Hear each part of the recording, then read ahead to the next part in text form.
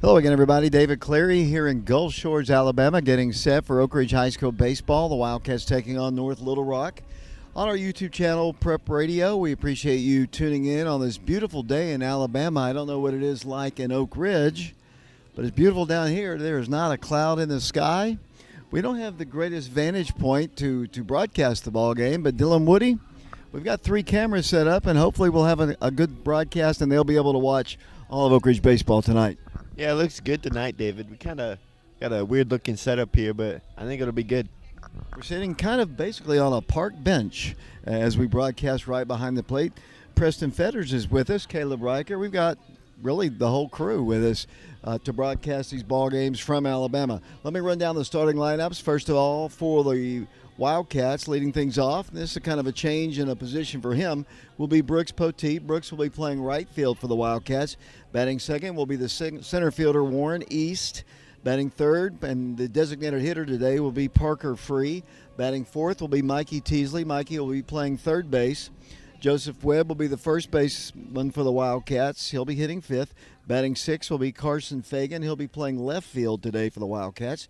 Shortstop and batting seventh, I guess, will be Noah Wood. Batting eighth will be Kipton Fagan. Kipton's going to be the catcher today.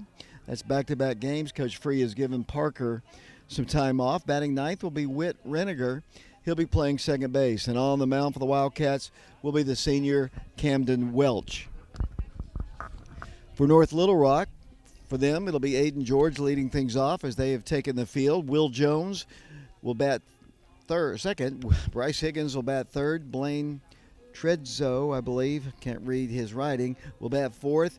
Ben Santini will bat fifth. Cooper Taylor will bat sixth. Tucker Starford will bat seventh. Fletcher Lee will bat eighth. And Brooks Blaine will be batting ninth.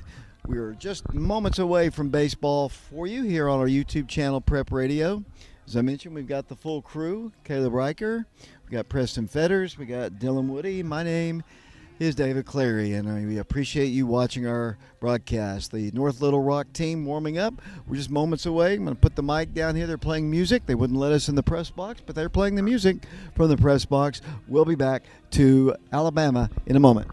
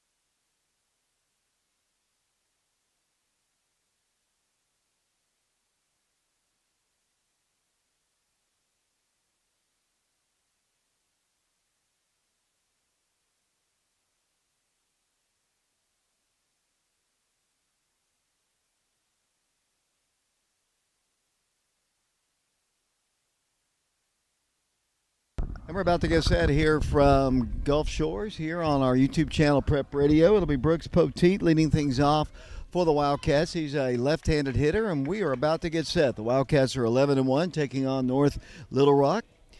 And Little Rock is taking the field, and the first pitch of the ball game is way outside the ball, and we are underway here from Alabama. 1 ball, no strikes. Dylan is our producer for the ball game today. He'll be switching cameras and doing the scoreboard for us. Here's the 1-0 pitch. Hit in the air, foul territory, coming back our way and over the top and out of play. And the count is even at 1 ball and 1 strike.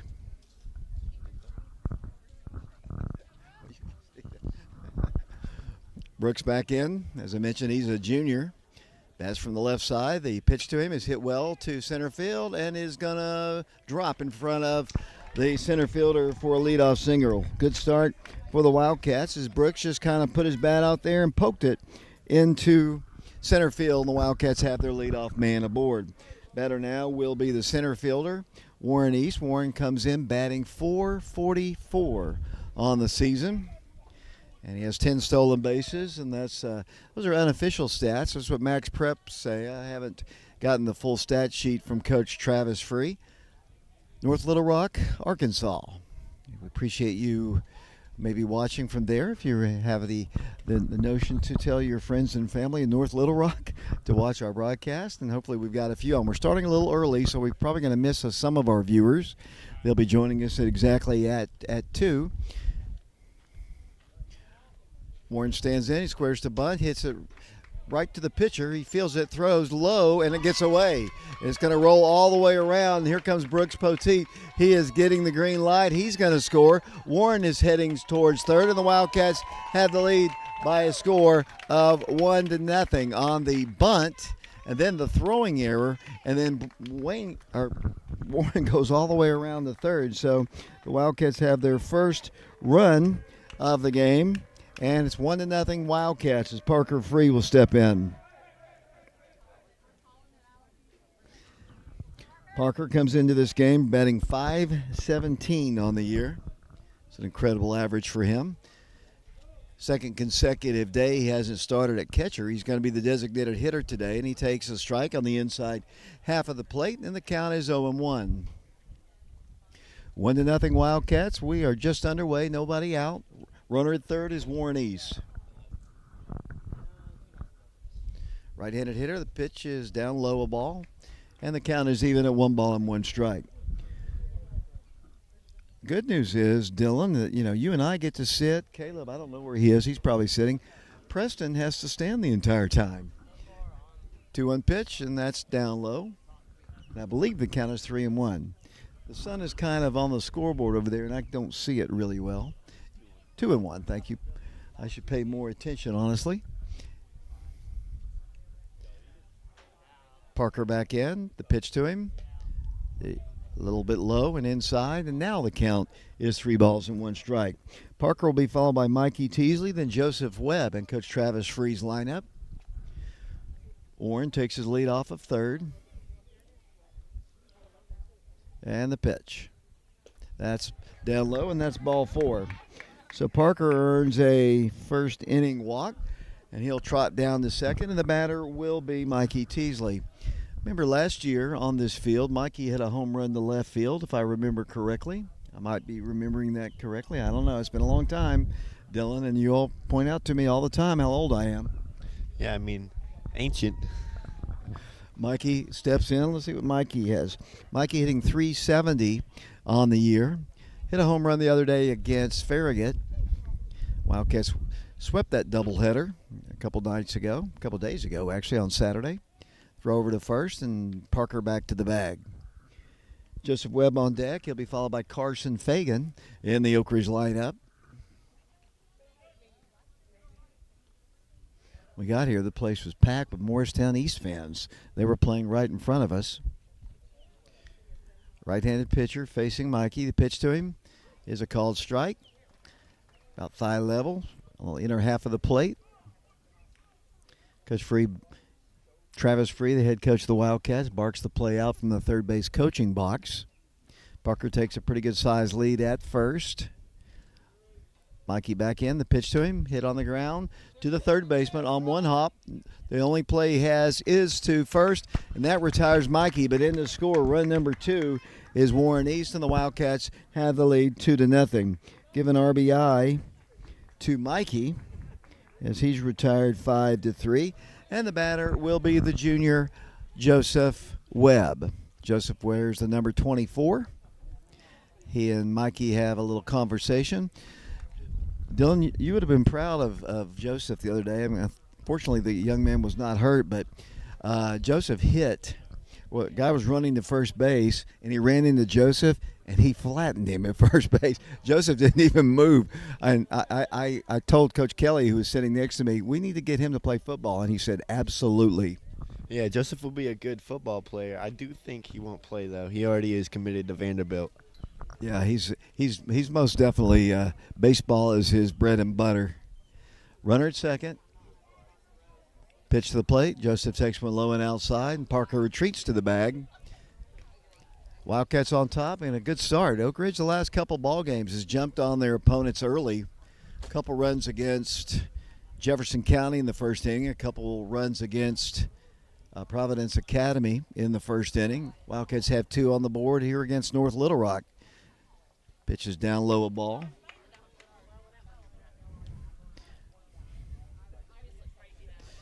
Caleb is doing our camera to our right. We've got a camera up to our left, and Luis Soria is doing our camera up there. He doesn't know it yet. Preston doing the camera behind us. We don't really need Caleb. He can have a stationary camera over there, but I guess he wants to be seen. That pitch is on the inside half of the plate, and the count is 2-2.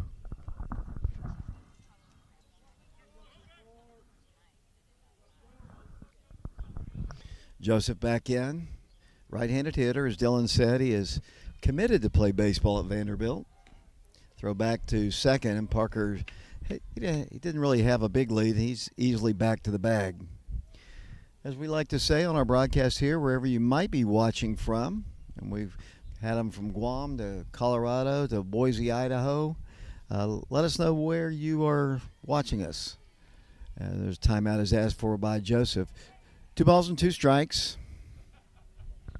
Webb will be followed by Carson Fagan in the Wildcat lineup.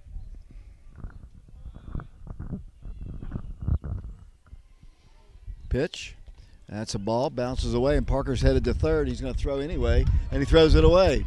But it's going to be backed up by the shortstop, and Parker is able to get back to the bag. Pitch was down low in the dirt, and it's a full count now. Parker thought about coming home, but the good job by the shortstop. He was backing up that throw and wasn't too far behind the bag, and Parker would have been dead at the plate if he had tried to come. And actually just barely got back to the bag at third. Joe back in. 3 balls, 2 strikes to him. Pitch. Called strike 3. And that looked like a pretty good pitch. I don't know why. Joe kind of argues a little bit about it, but it looked pretty good from my vantage point. Of course, we're just a little bit off center. And that is out number 2 here in this first inning. And the batter will be Carson Fagan. Carson comes in at .364 on the season. Right-handed hitter. Runner still at third base, and that is Parker Free. Pitch to Carson is just a bit low. And the count is 1-0.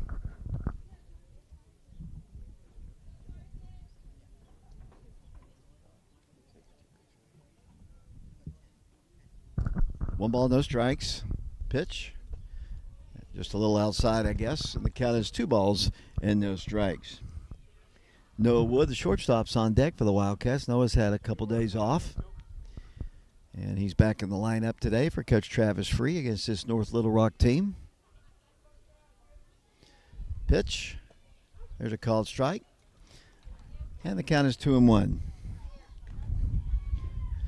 Preston is doing our top camera work. Actually, he's not. He's doing our kind of just off to the side camera work. And Caleb, for whatever reason, is standing over there at the stationary camera. Is he moving it any, Dylan? Is that ball is hit foul? Yeah, he's moving it a little bit. Kind of looks good over there, I'm not going to lie. Okay, we'll let it what about the other camera? We have 3 cameras rolling today. We are really getting uptown here on Prep Radio's broadcasts.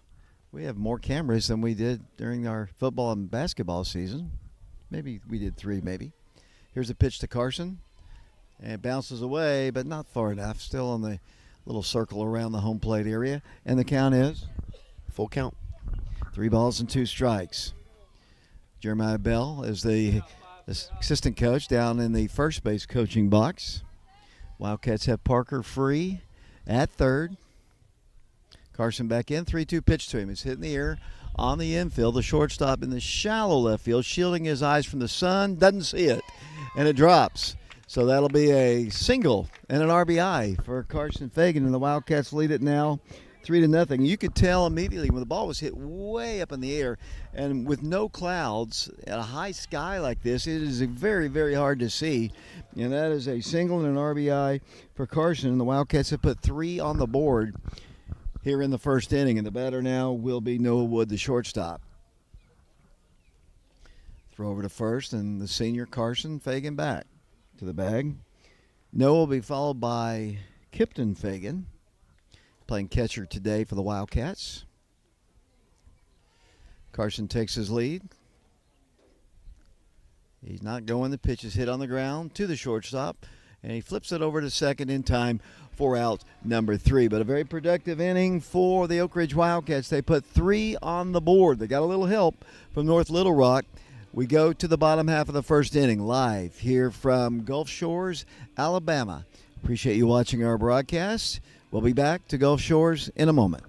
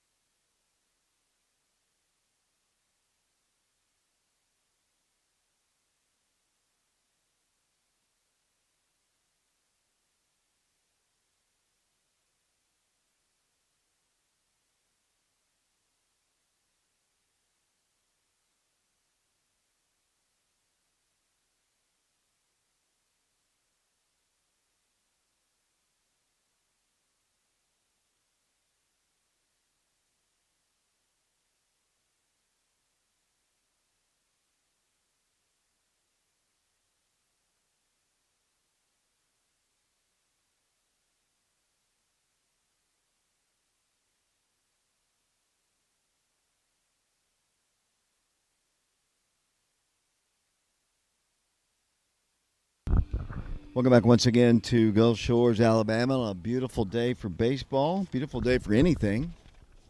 Of course, my cohorts here, Preston and Dylan, slept into about, 11 o'clock, missing this beautiful beach weather. I told them you could sleep at home. They're going to go fishing after this one as that pitch is hit foul out of play. First batter and the pitcher, let me tell you who that is first. That is Cam Welch getting his 3rd appearance of the year. He pitched 1 inning against the first team, I guess it was Leesburg, and then he pitched maybe an inning or 2 as the ball's hit on the ground to Noah, fields it on 2 hops, throws across the diamond in time for out number 1. So Cheeto retires his first man that he sees. Play by Noah out at short, and the batter will be Will Jones. He pitched a couple innings in the second game the other day against Providence Academy, getting his first start of the year. I remember the last time we were here at this field, he got the start for the Wildcats. That was last season when we were here. These guys were not here, but Caleb, our camera guy on the first base side, was. We've got a camera up there with Luis Soria, member of the basketball team. I'm just going to say his name because he's up there. He's the guy I know, and he's closest to the camera. Alani Mitchell made the trip down here, Lady Wildcat. There's a lot of students who are on spring break who made the trip. A couple basketballers, as that pitch is a called strike. Pretty pitch there to Will Jones. Bryce Higgins is on deck for North Little Rock. There's one of those planes flying over with one of those banners. In Atlanta, there used to be one that went over the stadium that said, "Go to the Cheetah Club." I never went to the Cheetah Club, and I never would have gone to the Cheetah Club, but I remember seeing that all the time. That pitch is a ball. And the count, Dylan, is 2-2. Cam Welch is a senior. He throws from the left side. I'll set the defense. There's a called strike, and it's strike 3. That is out number 2 here in the first inning. Strikeout number 1 for Cam Welch. And the batter now will be Bryce Higgins. Bryce is a stout fellow, wears the number 12. He'll step in. They're wearing their white jerseys with blue and red. The Wildcats in their cream-colored jerseys with cardinal. Pitch is a little bit low and inside. The count is 1 ball and no strikes. And one of our people on the chat wondering why they were wearing both white. Officially, the Wildcats are wearing a cream-colored jersey. It is light-colored for sure, but it is cream, while the North Little Rock team wearing white. Any other chat people? Anybody watching? We'd love to know where you're watching us from. Boise, Idaho again. Is it still 80 degrees in Boise? I've been told that. Pitch is on the inside corner, but maybe 2 inside, and the count is even at 2 balls and 2 strikes. I think it's 3-0, David. 3 balls and no strikes. Thank you. Hey, who am I watching? Pitches, that is inside. That is ball 4. That's what happens when I start rambling about things that are not as important. And there's the first base runner of the ball game. And the number 4 hitter in the North Little Rock lineup will come to the plate. They're not running a PA system. They are running music. And as I mentioned, they have a beautiful press box here. But, Dylan, did you ask permission to go inside? Yeah, I did, and he said no. Yeah, he said, "No, sir," to me. I got a little bit more respect, but got the same answer. You know, there's a lot of room up there, too. I don't understand it, but I don't know. It's kind of comfortable sitting out here in this park bench. We're getting a chance to sit. Preston's back there after eating his sausage hamburger that he had earlier. Let's give a report. It's bigger than a fast food burger, but it just didn't taste that good. I still got that taste in my mouth. That ball bounces away, and down to second will go the runner. And they've got a runner in scoring position. The Wildcats on top 3-0 as North Little Rock bats in the bottom of the first inning. We're on our YouTube channel, Prep Radio. Appreciate all of our sponsors. Cam has the sign from Kip Fagan. And the pitch, that's a called strike on the inside half. And the count, I believe, is 2-1. Thank you. Right-handed hitter. 2 outs here in the first. 3-0 Wildcats. Wildcats won this tournament last year. There's a breaking pitch. Fouled back, and count is 2-2, I believe. I've already forgotten. There's a lot of Oak Ridge people have made the play. It's kind of an interesting phenomenon with this kind of a trip. The parents, most of them are here, and they stay with their parents while they're on this trip instead of a hotel or something. That ball's hit to left. That's going to drop in for a base hit. Wildcats come up quickly with the ball. Here comes the throw in, and not in time. And we weren't backing up the plate, and they were going to get all the way to third. That's a single and an RBI. I think Cam probably, if he had it all to do over again, he would have backed up the plate. He didn't get there in time, and they've got a runner at third and a run in. RBI single for their cleanup guy, and it's 3-1. Ball just popped in front of the left fielder Carson Fagan for the base hit, and Cheeto gives up the first run of the ball game for the Little Rock team. Sign the pitch. That stays up high and outside. Better now, Ben Centini. They don't really have the positions on their lineup where they're playing. I was hoping a PA guy would tell us. So maybe I'll spot it. I do have their numbers. That pitch is hit foul back to the screen. What kind of shots do we have here today?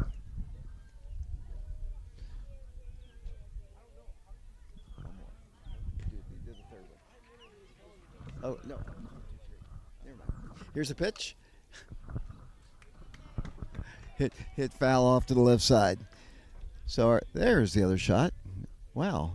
Y'all have done some good work. I'm proud of all of you all. It looks good. Covering Oak Ridge High School baseball here in Gulf Shores. 3-1 Oak Ridge in the lead. Cheeto trying to get out of the first. The ball is hit softly to the second baseman, Whit Reniger, who makes the catch for out number 3. But the North Little Rock team picks up a run. They leave a runner stranded. We go to the second inning here at Gulf Shores. And the Wildcats have the lead 3-1. We'll be back in a moment.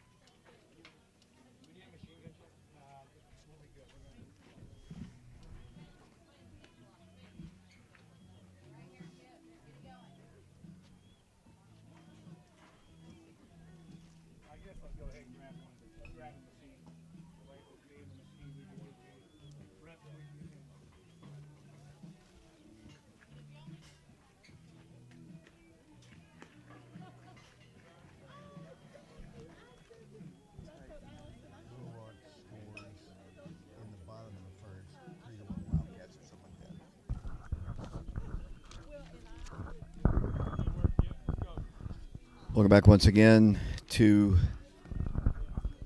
Gulf Shores. The Wildcats lead 3-1. Leading things off for the Wildcats will be the catcher, sophomore Kipton Fagan. Pitch to him is a called strike at the belt, and the count is 0-1. Whit Reniger will follow in the Wildcat lineup. Then back to the top of the order to Brooks Poteet. Pitch is hit in the air. Right side, the second baseman back, and they're converging in no man's land. The ball is caught, I believe, by the center fielder, who actually cut across the right fielder to make the play for out number 1. We went out here in the second inning in a 3-1 ball game. And the batter will be Whit Reniger. We're playing second base today for the Wildcats. He'll bat from the left side. 1 out, 3-1 Oak Ridge. North Little Rock comes in, and that pitch is high and outside. 1 ball and no strikes. So I mentioned Morristown East was playing right before us earlier. And here's the pitch. That's outside. 2 balls and no strikes. Whit is a left-handed hitter. Pitch to him. Takes a strike, and the count is 2-1.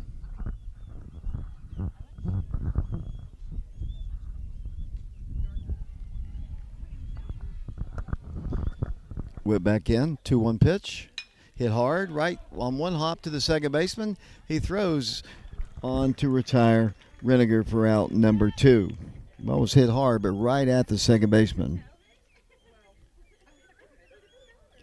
Back to the top of the order we go to Brooks Poteet. Brooks had a single, scored a run his first time. He came in on the ground out by Mikey Teasley. Carson Fagan also picked up an RBI. Another run scored on a wild pitch. As the pitch is high and outside, the count is 1-0. Brooks will be followed by Warren East, so kind of a little switch in the lineup. Warren's been leading off, and Brooks has been, for the most part this season, hitting second. He takes a strike, evens the count at 1 ball and 1 strike. Just a little flip-flop there.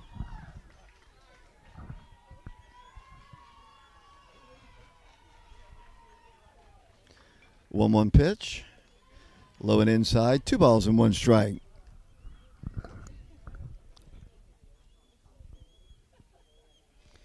Wildcats will play again tomorrow and Wednesday, and hopefully on Thursday.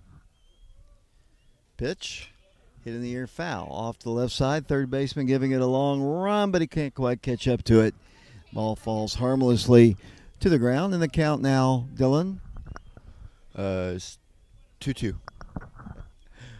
2 outs here, nobody aboard. We're in the second inning here from Gulf Shores. As I mentioned, not a cloud in the sky, just a beautiful day. Only thing I see is some trails from a plane to our left. 2-2 pitch. That one's way outside. Full count now to Brooks Poteet.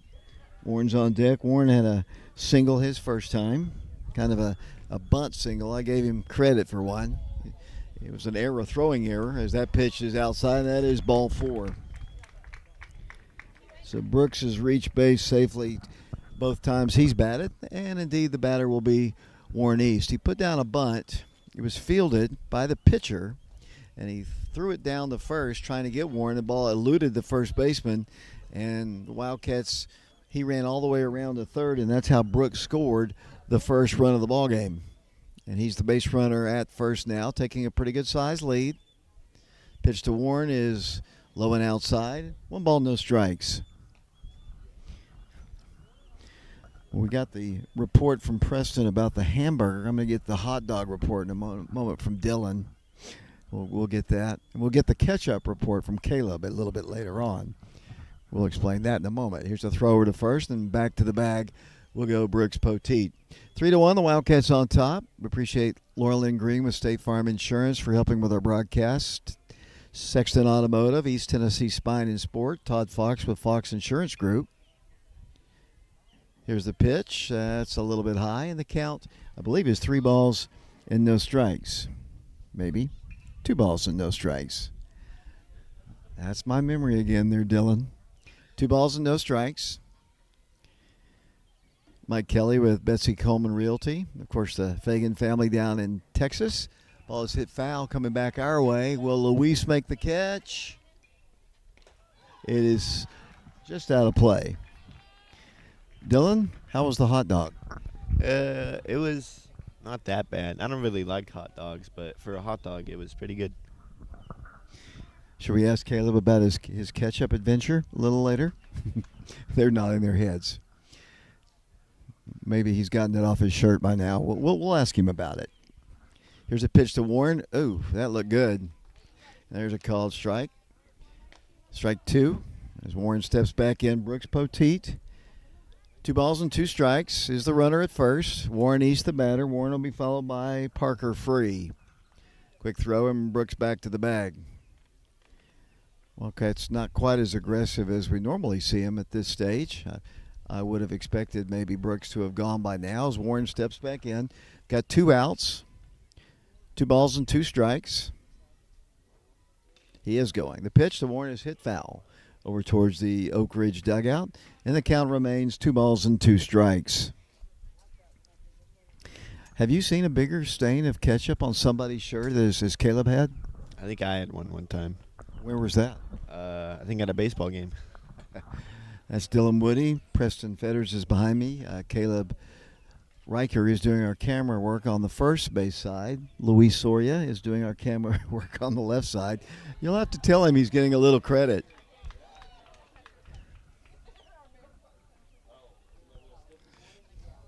He's the only one I know up there. That's why I'm saying his name.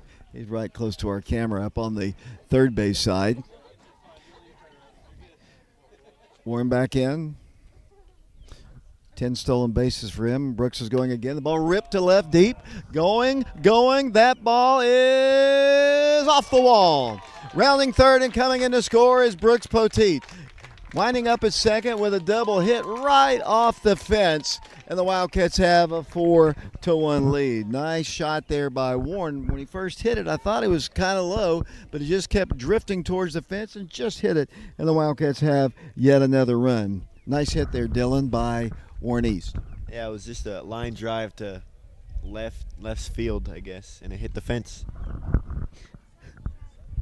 So let's give an RBI to Warren. And the second run scored of the game by Brooks Poteet.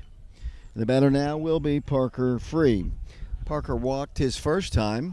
He hits the ball well to center field, but not well enough. Hardly had to move the center fielder for North Little Rock, and the side is retired. But the Wildcats do pick up a run. They leave a runner. We go to the bottom half of the second inning, live here from Gulf Shores, Alabama. The Wildcats on top 4-1, and we'll be back in a moment.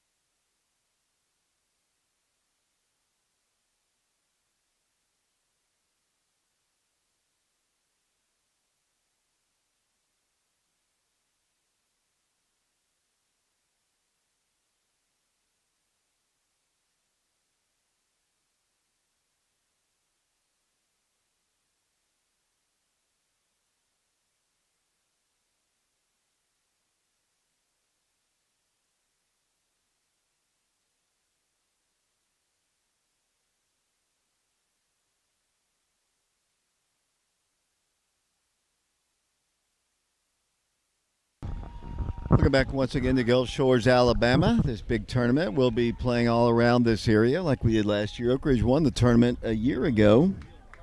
And trying to repeat here is it'll be the 6, 7, and 8 hitters in the lineup facing Camden Welch. And the first pitch to him is hit foul. Back our way over to the right side and out of play. Wildcats on top 4-1. 3 runs in the first and a solo run here in the second. The big lefty comes to the plate. That's off the mid of Kip to the right, and the count is even at 1 ball and 1 strike. Looking for my schedule here to see exactly who the Wildcats and where the Wildcats will be playing tomorrow. Looking for my paperwork. Here's the 1-1 pitch. Oh, pretty pitch that time. Cam Welch. It's in there for a called strike. I would assume the Fagan family's listening in Texas right now, or watching. They are. They better be. As there's a swinging strike, and that's a strikeout. That is strikeout number 2 for Cam Welch, and that's out number 1 here in the second inning. And the batter now will be, looks like, I'm trying to read Caleb's writing, looks like Tucker Stratford. He'll bat from the left side against the big left-hander. The senior comes in. That pitch is high and tight, and the count is 1-0. It's kind of interesting this stage of the season, Coach Free, and it's not unusual, but kind of changing up the lineup just a bit, getting a chance to let everybody get a chance to play, and I like that. There's a lot of kids, 20-plus kids made the trip down to Alabama, and I would assume that they'll all get a chance to play. You don't come on a big trip like this and sit the bench, if especially the games are out of hand one way or the other.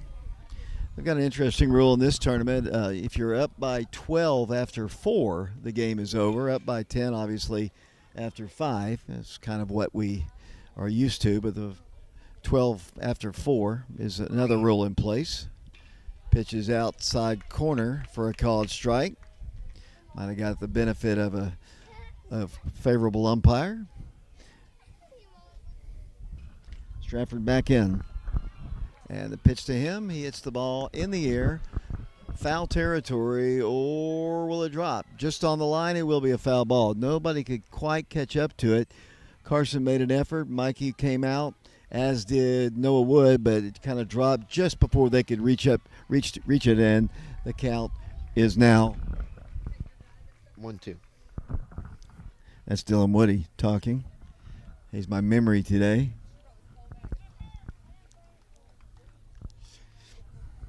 One out here in the bottom of the second inning, 4-1 Wildcats. I'm trying to remember. If I can find my schedule, I'll be able to know. I can't remember where we're playing tomorrow or who. That ball is hit foul over to the left side and well out of play. A lot of Oak Ridgers have made the trip. We appreciate all of them.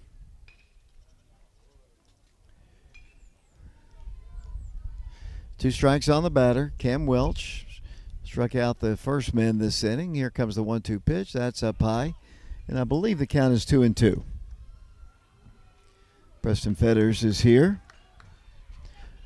Preston slept through the fishing expedition earlier this morning.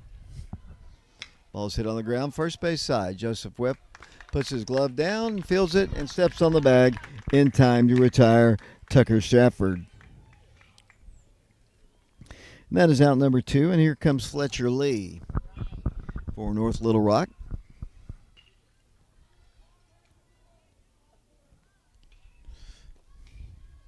Umpire wandered over to the Oak Ridge dugout to retrieve some new baseballs, I do believe. Lee steps in. He's a right-handed hitter facing Cam Welch. Pitch, cut on and missed. Don't any more people on the chat? We'd like to know where you might be watching our broadcast. We're watching from a park bench here in Gulf Shores. A beautiful day on the beach. As there's strike 2. I'll come to you in between innings here, Dylan. If you're watching, tell us where you're watching from. No balls and 2 strikes. Pitch, cut on and missed. And that is a swinging strikeout, and that is out number 3. Third strikeout of the ball game for Cam Welch. Dylan, what's going on the chat? Well, David, it's 60 degrees in Boise, Idaho. And we got Mikey's aunt watching from Chattanooga, Tennessee. And we got people watching from the west end of the Atomic City. It's always good to know. As we go to the top of the third inning, the Wildcats of Oak Ridge lead it by a score of 4-1. I'm going to put the mic down. We'll be back for the fourth. Leading things off for Oak Ridge, well, we'll have Teasley, Webb, and Fagan. We'll be back in a moment.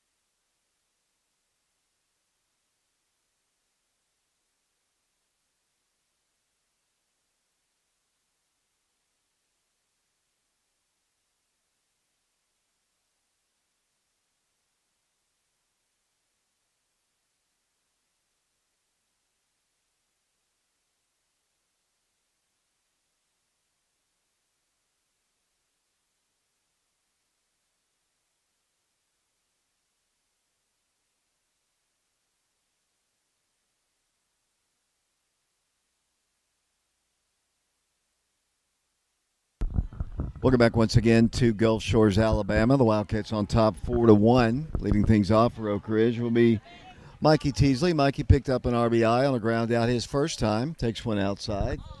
And we're underway in the top of the third. Wildcats wearing their cream jerseys with cardinal numerals.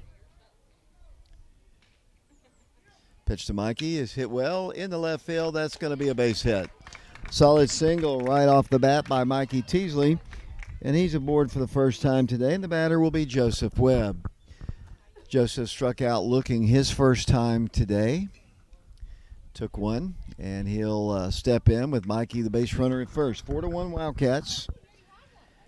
And I'm still looking for my schedule. I should have done that in between innings, but I was more interested in finding out who was watching and where they were watching from as he steps in once again. I know I have that sheet someplace on our schedule. As Joe steps in, runner at first, Mikey Teasley. Not going. The pitch to him is hit to the right side, this time in deep. Right fielder back. Kind of stumbles a bit, but does make the catch. kind of twisted and kind of misjudged a little bit and had to contort his body to come back to the ball, and that is out number 1. Ball was hit well, but out. And here comes Carson Fagan. Carson had a single his first time, picked up an RBI. He'll bat from the right side. Let's see. Let's put Caleb's camera on Carson. I know his grandparents would love to see that as he steps in. A little tighter shot would probably be better than that. Maybe we should tell what's his name as he just moved it. Carson Fagan steps in once again, looking for his little, I guess, memory card where he tells what the plays are. Popped out of his back pocket. Mikey takes his lead off of first. 4-1 Wildcats. We're in the third. Mikey going. Here's the throw down. It's a good throw, but not in time. It's a stolen base for Mikey Teasley. The Wildcats have another runner in scoring position. They've scored in every inning. Put 3 on the board in the first. A solo run in the second. I believe we're in the third. We are. Just making sure.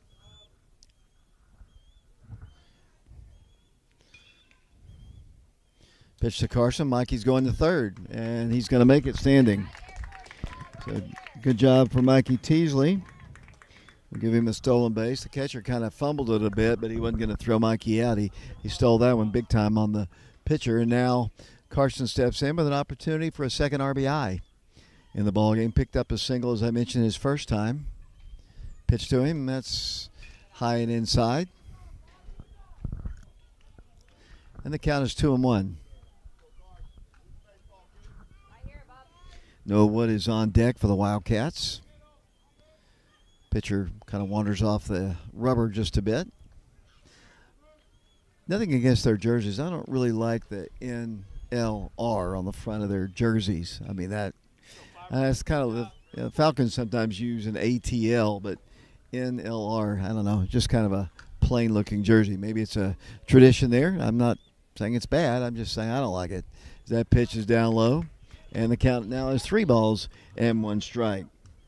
Noah's on deck. He grounded out to short his first time. Softball team having a good time behind us. Preston, come back. He's watching the softball game back there. As that pitch is hit in the air, foul territory, the third baseman, shortstop, all look, and it's out of play. And the count is 3 balls and 2 strikes. Dylan, Preston went over to watch the softball game and abandoned his camera. Yeah, good thing I was switched over to Caleb's camera.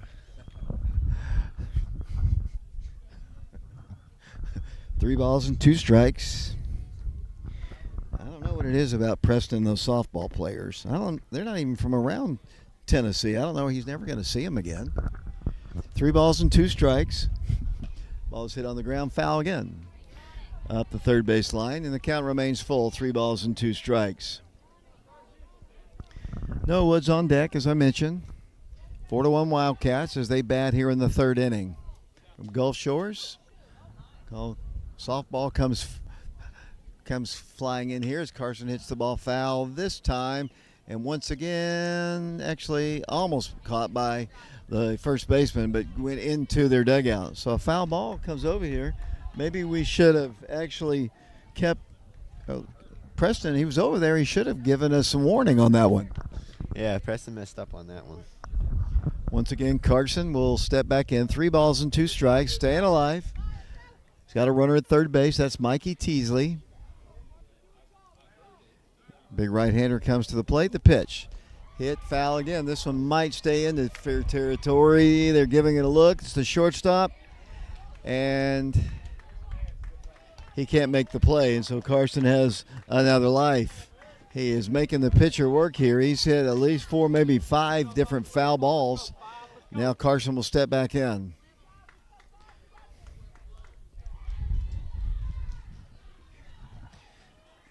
Mikey picked up a single, stole a couple bases. He's at third, 1 out. And there's ball 4. Good at bat there for Carson. He worked it, got a lot of pitches, hit him foul, and eventually draws the walk, and the Wildcats have him on the corners with 1 out. And the batter will be the shortstop, Noah Wood. Noah grounded out to short his first time. 4-1 Oak Ridge. Wildcats won their section of the tournament a year ago, winning all their ball games. Trying to start out here this season with a victory. Noah will be followed by Kipton Fagan. Oh, looked like he was kind of leaning a little bit towards second, but the throw draws.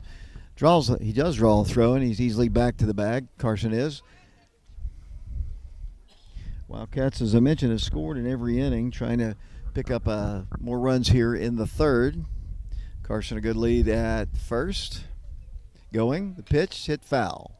Well out of play this time, down the right field line and out of play. And the count is 0-1 to Noah Wood. Noah played a lot of middle infield last year for the Wildcats. I remember he pitched a little bit at his freshman year. I don't remember so much pitching last year. He could have. I wasn't able to see as many games as we're going to see this year. Carson takes his lead off of first. Mikey Teasley's the base runner down at third. Carson draws the throw once again, and he hadn't really drifted that far off the bag. And in a moment, we'll have a 0-1 pitch to Noah Wood.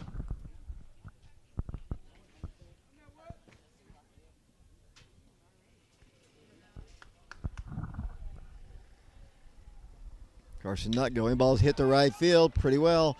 It's going to be caught, though, by the right fielder, but it's going to be enough. He drops it on the transfer. They're going to call him out, but it is an RBI sacrifice fly by Noah Wood. And the Wildcats now lead it by a score of 5-1.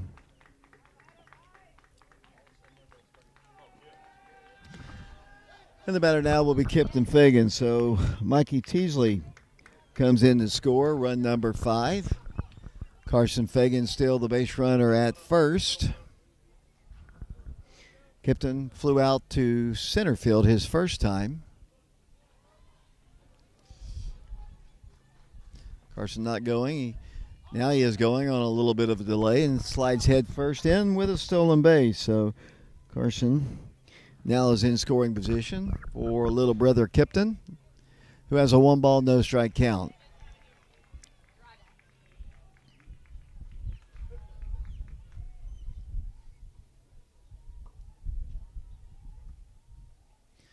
Pitch to Kipton is a little bit outside. And the count is 2-0. Preston has returned from the softball game. Softball team has exited towards their bus. He was following them, but I made him come back. 2-0 pitch instead is a throw back to the bag at second. And Carson Fagan back to the bag. Laurel and Green with State Farm Insurance. Mike Kelly with Betsy Coleman Realty. Todd Fox with the Fox Insurance Group. Some of our sponsors. Appreciate all of our sponsors and all of our people who have donated money to us to allow us to broadcast these ball games, including this young man's grandparents, Kipton Fagan. And Carson Fagan is the base runner and his jersey a little dirty out at second. Did a head first slide into second with that stolen base. He takes his lead off of second. Wildcats have scored in every inning. They lead at 5-1 now. Pitch to Kipton. A little outside, maybe a little low. And the count now, Dylan? 3-0. 3 balls and no strikes. I'd like to get all of our people on the broadcast. If Preston would stay around the camera a little bit more, I would talk to him a little bit more. 3 balls, no strikes. Caleb's way off in the boonies over there. I don't know. We'll probably won't get a chance to talk to him. I guess he doesn't want anybody seeing that ketchup stain on the front of his shirt.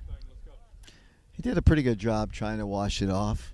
But when something's 4 inches by 5, it's kind of hard to get off. 3 balls and 1 strike to Kip Fagan.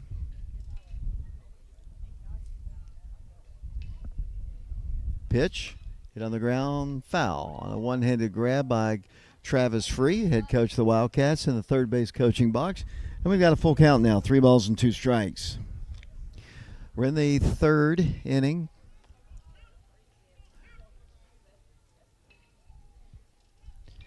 Kipton back in. Checks the runner. Carson's has been bothering him the whole time, and the ball's hit foul back to the right side. Is Kipton a family name, or where did you come up with that?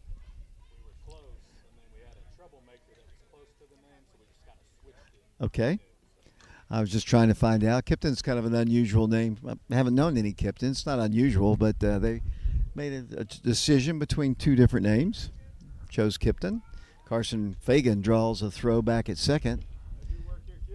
The Fagan brothers kind of taking a lot of time up here in the third inning. Dylan's about to fall asleep over there to our right, doing our producing work, doing our cameras. Preston Fagan and Caleb Riker. My name is David Clary. Here's the pitch. Oh, it's inside, and that's ball four. So Kip Fagan is aboard, and the Wildcats have him at first and second. Those are the Fagan brothers. And the batter will be the second baseman, Whit Reniger. We're going to have a courtesy runner. Looks like Andy Hudson's going to come out to run. And that is the case. So the Wildcats have runners at first and second, and Whit Reniger the batter. Whit grounded out to second his first time. Playing second base for the Wildcats. He's a sophomore.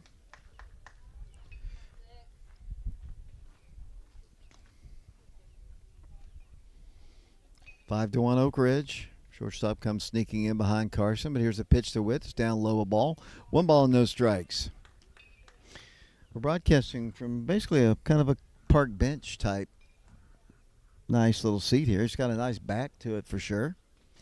And not really a bad place to watch a ball game. Whit Reniger back in. 2 outs here in the third. He swings and he misses, and the count is even at 1 ball and 1 strike. Wildcats scored 3 runs in the first inning. RBIs by Warren East and Mikey Teasley. A errant throw allowed another run to score. The Wildcats scored on a Warren East double off the fence. The Wildcats have scored a run here. That pitch is down low, a ball, and the count is 2 balls and 1 strike. A sacrifice fly by Noah Wood. And the Wildcats have that 5-1 lead.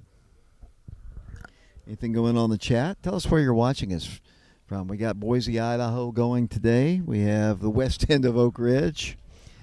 And hopefully we got others watching. Kind of an odd time for a ball game on a weekday. A lot of people have jobs. I guess this is kind of my job. Pitch is hit in the air, foul territory, third base side. Third baseman calls for it and makes the catch for out number 3. But the Wildcats do score a run once again.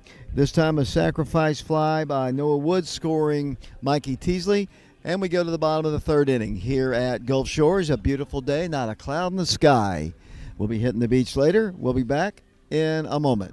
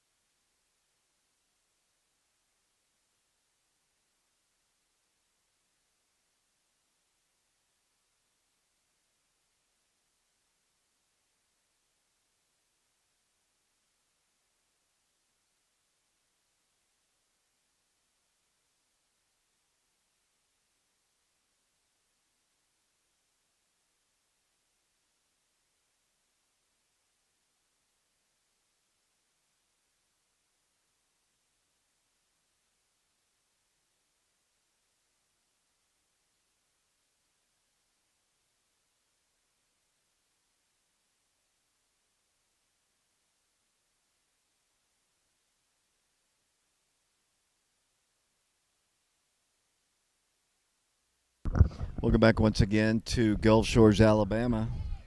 Wildcats on top 5-1. We've got a brand new pitcher in the ball game for the Wildcats, and that looks like Isaiah Wilson. That ball is hit well into the gap. It's going to split the outfielders. It's going to be picked up quickly by Warren East. He comes in quickly with the throw, but not in time.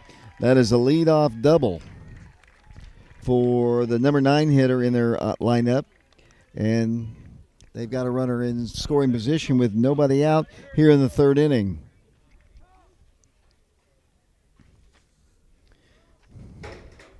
So Cam Welch pitched 2 full innings in the ball game, gave up 1 run, 1 hit. He, walked a batter and had a total of, count these up real quick. He had 3 strikeouts in his 2 innings of work. And Isaiah, pitching for the Wildcats, it's really been really good. He's had a couple great starts for the Wildcats. He throws one out of the strike zone there.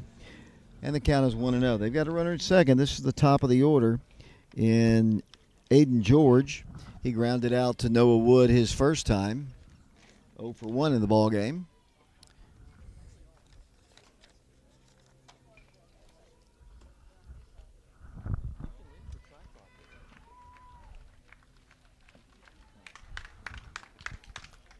There's a called strike by Isaiah Wilson. Isaiah was the winning pitcher in the Anderson County game, and he was also the winning pitcher in the Leesburg game. Cut on a miss. Pretty pitch that time.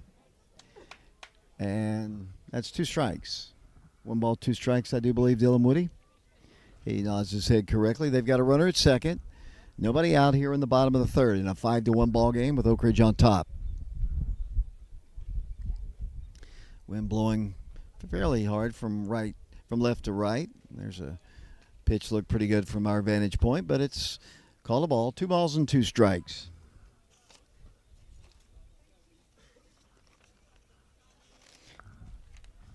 Caleb's kind of changed his positioning. Ball's hit foul this way. Giving a look, Kipton Fagan. He's got some room, and he can't quite make the play. Kind of got bothered a little bit by the netting and couldn't quite make the play. And the count remains at 2 balls and 2 strikes.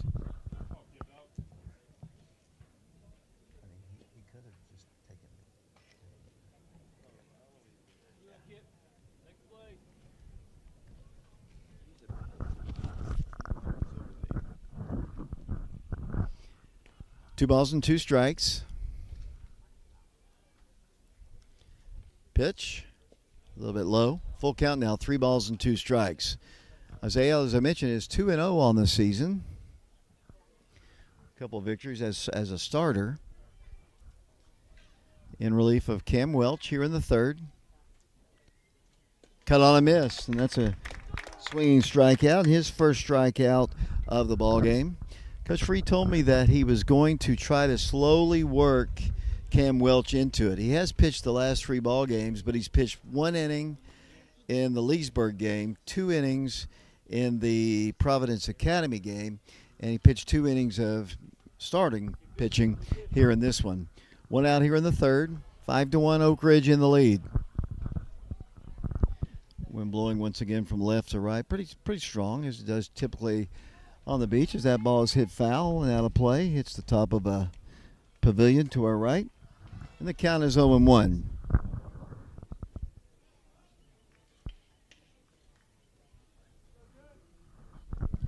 No balls and 1 strike.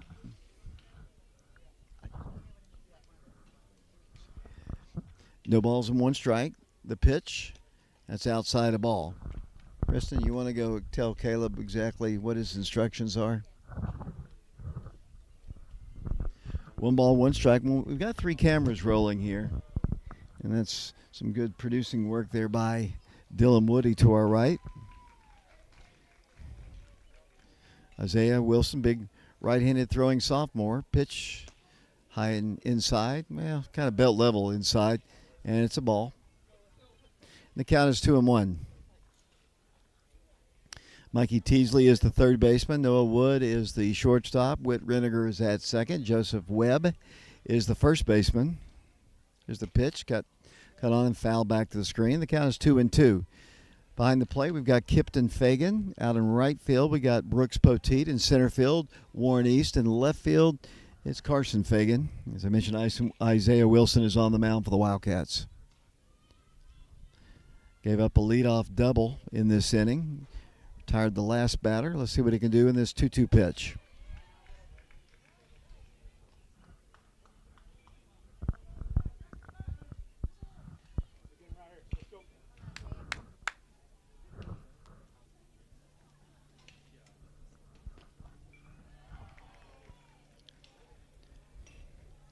Two balls and two strikes. The pitch, a little bit low. And we got a full count, 3 balls and 2 strikes. The batter is Will Jones. He struck out looking his first time. He's 0 for 1 in the ball game. Isaiah checks the runner at second. Here's the pitch.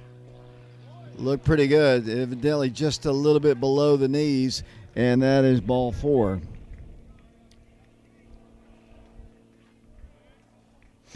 So they've got runners at first and second for the number 3 hitter in their lineup. This is Bryce Higgins. Bryce walked his first time. He scored the first run and only run of the ball game for North Little Rock.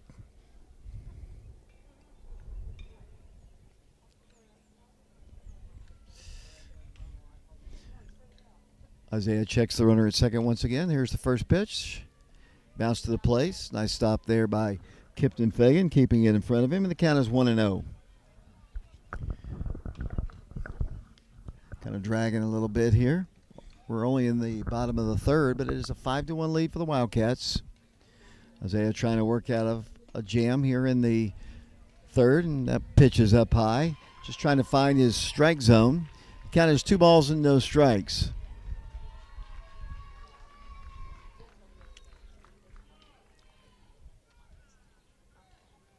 2-0 pitch. There's a called strike at the belt, and the count is 2-1.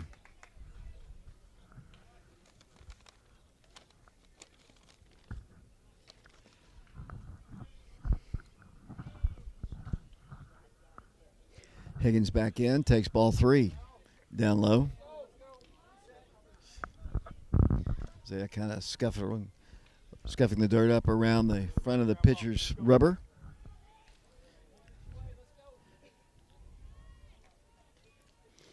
Don't want to load the bases here. 3-1 pitch. He does. Another walk here. That's back-to-back walks for North Little Rock, and they now have the bases loaded with 1 out. A little conversation about to take place. Mikey Teasley comes in from his third base position. Of course, the senior hurler committed to play at the University of Tennessee next year. First man there, and then the rest of the infield come to give big sophomore a little bit of a lift and some confidence. Just do what you know how to do. And he's been very solid for the Wildcats all season long, and getting a little encouragement now from his catcher, Kipton Fagan. And he'll be facing the bases loaded. He'll be facing their cleanup guy who picked up an RBI his first time on a single. And so he is 1 for 1 in the ball game.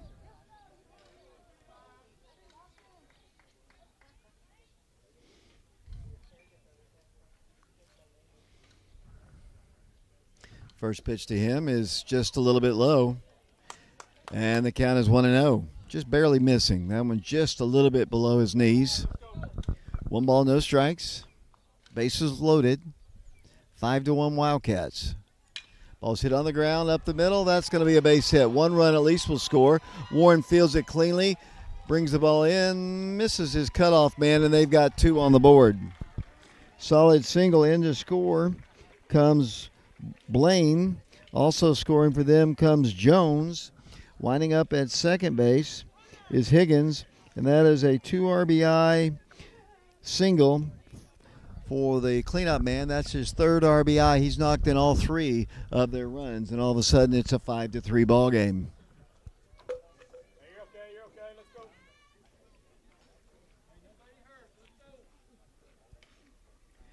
Vincentini, the batter now. He popped out to Whit Reniger his first time to close out the first inning. Right-handed hitter, the pitch bounces away, and it's going to be runners at second and third.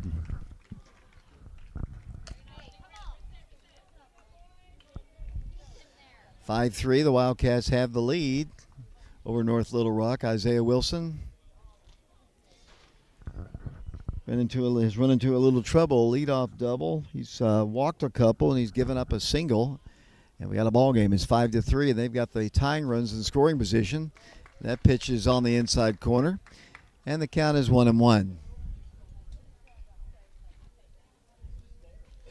Wildcats will play again tomorrow, and then I believe they play 2 on Wednesday. That pitch is cut on and foul tipped into the middle of the catcher, Kipton Fagan. That's 2 strikes on their number 5 hitter. As I mentioned, is 0 for 1. Flew out to second his first time. Here's a 2-strike pitch. Hit into right field. That's a base hit. Kind of hung it up there, and at least 1 run scores. Here comes the throw in, and we've got a tie ball game. So just like that, they have put 4 on the board. The Higgins comes in to score, and it is 5-5. RBI single. Kind of hung one up in the strike zone there, and he just put his bat out and poked it into right field. And with 1 out, they've got a runner at first, and in a brand new ball game, 5-5. First really trouble that Isaiah has had actually in the games that he has pitched so far.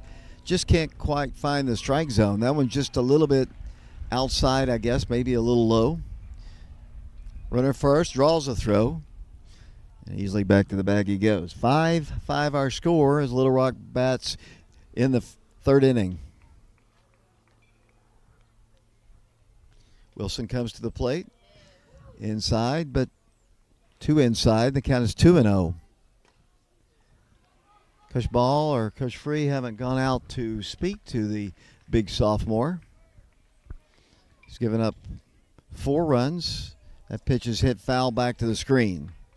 Looks like he's laboring. You can tell by his body language he's more disappointed at himself. He's just barely missing the strike zone, just barely.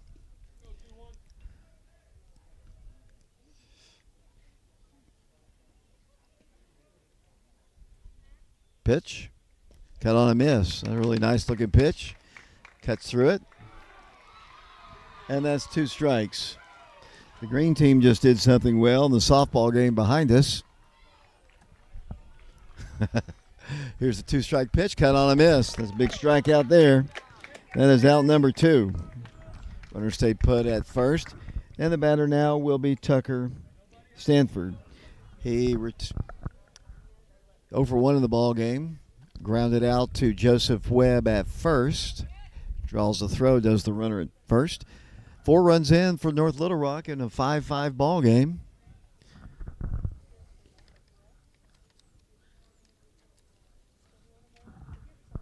Wilson once again throws over and easily back to the bag he goes.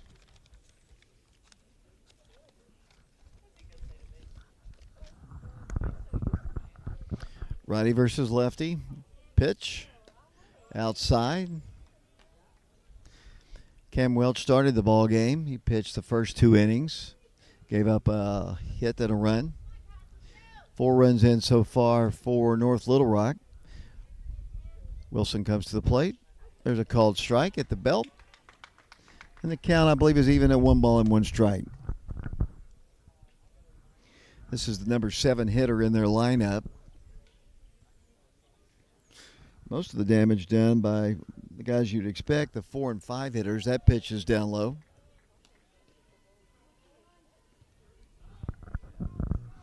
Let's see where Caleb is now. Looking around. He's somewhere.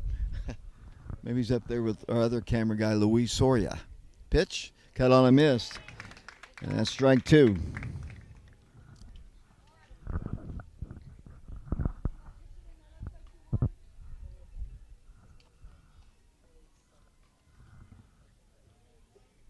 Here's the pitch. Hit foul. Back out of play and to the left. And the count remains at 2 balls and 2 strikes. We're at Gulf Shores on the coast of Alabama for the second consecutive year broadcasting here from this park. This was the first site of the first ball game last year. Wilson comes to the plate, 2-2 pitch. That's just a bit low. Oak Ridge fans thought it caught the strike zone, but count now full, I believe, 3 balls and 2 strikes. Preston Fetters is our camera guy. Caleb Riker, Dylan Woody doing our producing work. 3-2 pitch, ball 4. So it's been a struggle. The 2 outs he's recorded have been strikeouts, but between that time, he's given up 4 runs, and now the go-ahead runs in scoring position out at second base. And the batter will be the number 8 hitter, and that'll be Fletcher Lee. He was a strikeout victim to open up the second inning. He's 0 for 1 in the ball game.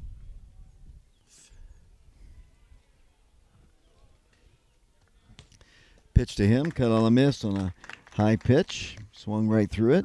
And the count is 0-1.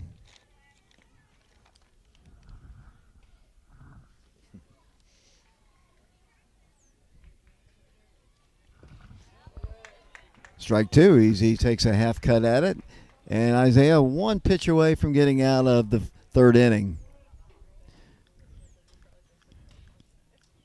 Has the sign from Kipton Fagan. Here comes the 0-2 pitch. Slow and inside. And the count is 1-2. One of the worst things, and I say this all the time, one of the worst things about broadcasting outside is, especially down here, the wind constantly blowing. 2-strike pitch. Bounced up there, and the count is even at 2 balls and 2 strikes. He's walked 3 in the inning. He's given up a couple of hits. He's struck out 2. Here's a 2-strike pitch, cut on a miss. So he ends up striking out the side, but in between, the Wildcats sophomore pitcher gives up 4 runs, and we are tied 5-5 as we go to the top of the 4th inning here at Gulf Shores. We'll be back to Gulf Shores in a moment.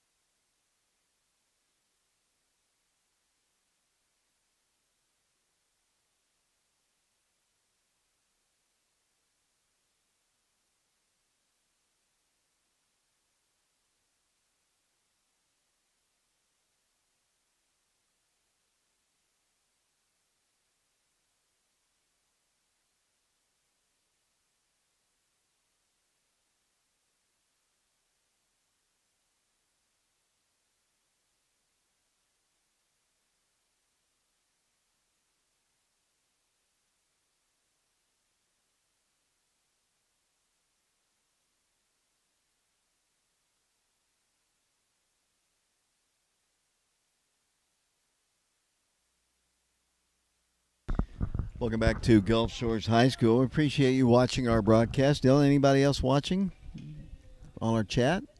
We love to know where people are watching us from. We typically get them from all over the place. And this is what I tried to explain to the school system last year, is it isn't just Oak Ridge people watching. It's people from all over the country, all over the world, actually. Dylan? We have some people watching from Hardin Valley. Okay. We're always friends with our friends from Hardin Valley. Principal of Hardin Valley for sure. There's one guy, as his son is our second baseman, so we like him. And Brian Wyatt, he's the athletic director there. He was one time a football coach at Oak Ridge High School. As we go to the fourth inning, a brand new ball game.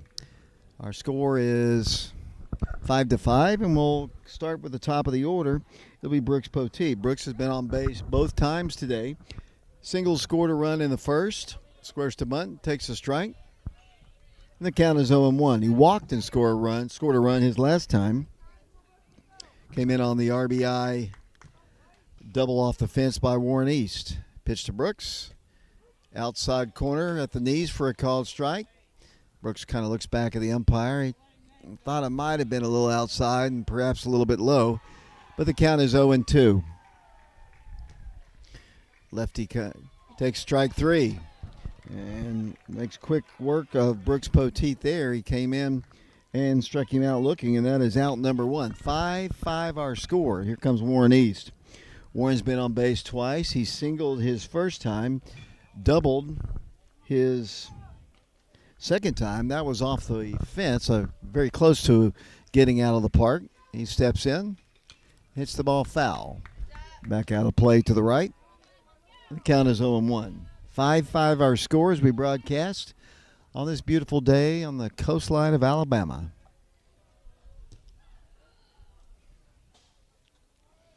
One strike pitch, down low. Warren will be followed by Parker Free in the Wildcat lineup. Parker is 0 for 1 with a walk. Pitch to Warren, hit foul, coming back our way, and it is caught by the catcher on a nice play.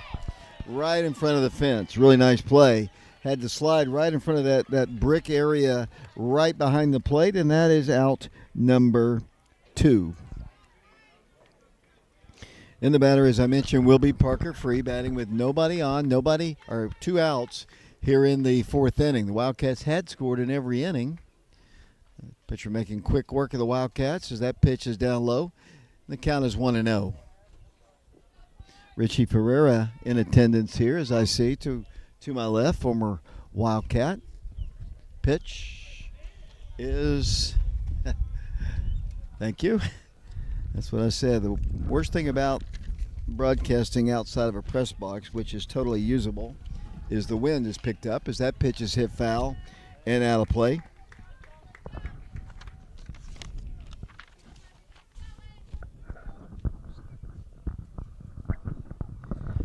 And the count is 2 balls and 1 strike.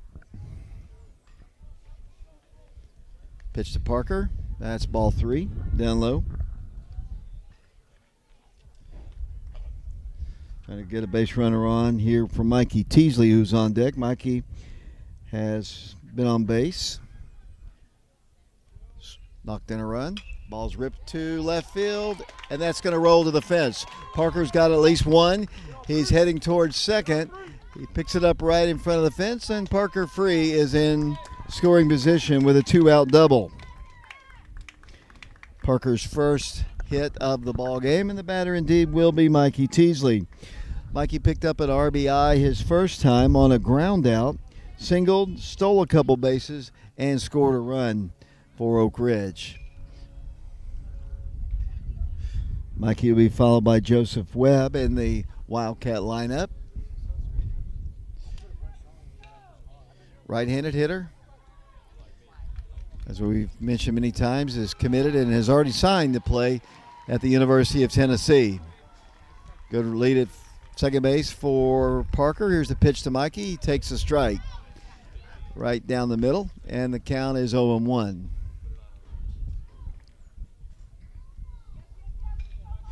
Base hit could be a run for the Wildcats in a 5-5 ball game in the fourth. And the pitch to Mikey. Hits it well down the line. That's going to be fair ball, and that's going to give Oak Ridge the lead. Coming around third and scoring is Parker Free. Heading towards second is Mikey Teasley, and the Wildcats retake the lead on the RBI double by Mikey Teasley, and the Wildcats retake the lead 6-5. Nice job of hitting by Mikey Teasley. Beautiful hit by Mikey. I mean, straight down the line, right next to the foul line, and it was an RBI. And the Wildcats do take the lead, and Give it another RBI. That is the second RBI of the game for Mikey. And the batter will be Joseph Webb. Joe is 0 for 2 in the ball game. Struck out his first time. Flew out to right field his last time. Hit means a run again, and he takes a strike. No balls and 1 strike. Joe will be followed by Carson Fagan. Carson has a hit and an RBI to his credit today. 6-5 Oak Ridge facing North Little Rock, Arkansas. Joe back in. Mikey takes a short lead off of second. The pitch. He takes a strike, and the count is 0-2. Caleb Riker doing camera work. Preston Fetters as well. Our producer is Dylan Woody. Joseph calls timeout and steps out. Behind in the count, no balls and 2 strikes. Joe will be followed by Carson, as I mentioned.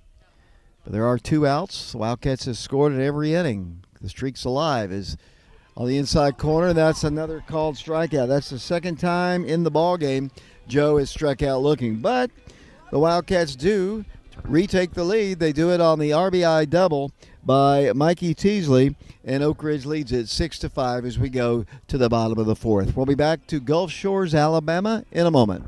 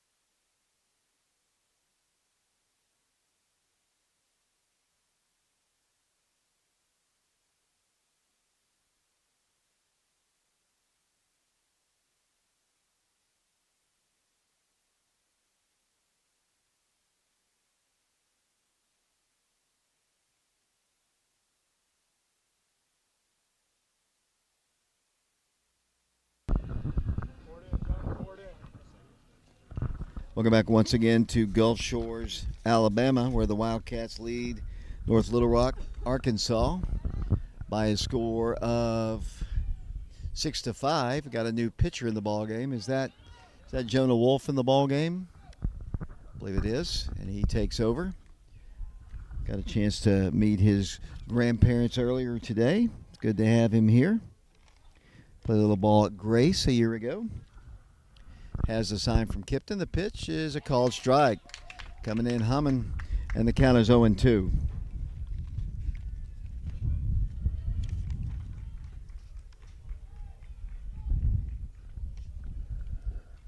That pitch just a little bit low, and the count is 1 ball and 2 strikes.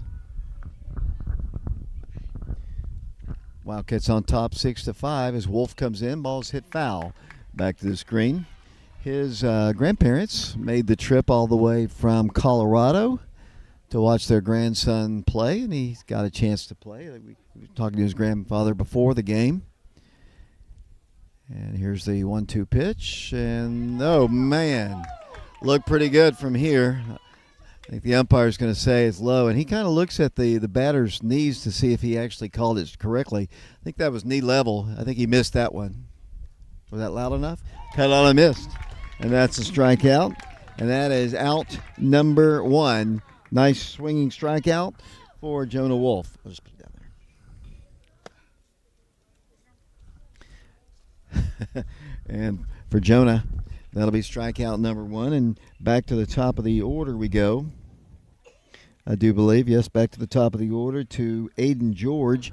Aiden is 0 for 2 in the ball game. Grounded out to Noah Wood and struck out by Isaiah Wilson in the previous inning. And Jonah Wolf's first pitch is a strike.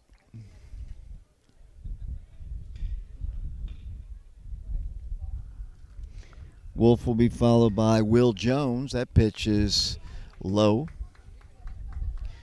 Jonah, I was talking to his grandfather. I wasn't sure exactly where he came from. I heard he came from Hardin Valley, and he spent a little time there, I was told, but I think finished up last year at Grace. Pitch is just barely out of the zone. And I believe the count is 2-1. Dylan and Preston they're hoping this game will get over soon so they can hit the pier. Actually, I think Preston wants to hit the bed again. As the ball hit on the ground, funny hop to Mikey Teasley. Fields it, though, and throws in time for out number 2. Ground ball out, and Jonah has retired his first 2 hitters. And the number 2 hitter in their lineup, Will Jones, steps in. He was a strikeout victim to Cam Welch. His first time walked and scored in the 3rd inning. Jonah Wolf is the 3rd pitcher used today by Coach Travis Free. 6-5 Wildcats, cut on a missed. Little foul tip action there, and the count is 0-1. All the way from Colorado to watch their grandson, and he gets to play in the first game. Nothing better than that. Pitch, hit foul. Back to the netting, and he's way ahead in the count. No balls and 2 strikes. These new guys, I haven't met most of these new guys. I guess we'll get a chance to do that at some point this season.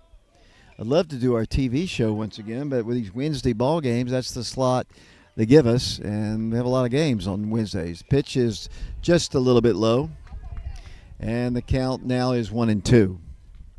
North Little Rock is the opponent. Oak Ridge wearing their cream jerseys. Jonah trying to get them 1-2-3, and he almost took a cut at it. Did not. Held up, and it's 2-2. Looking for Caleb to see where he went to. I guess he's taking a seat. 2-2 pitch, hit down the right field line, hooking, foul. And the count remains at 2 balls and 2 strikes.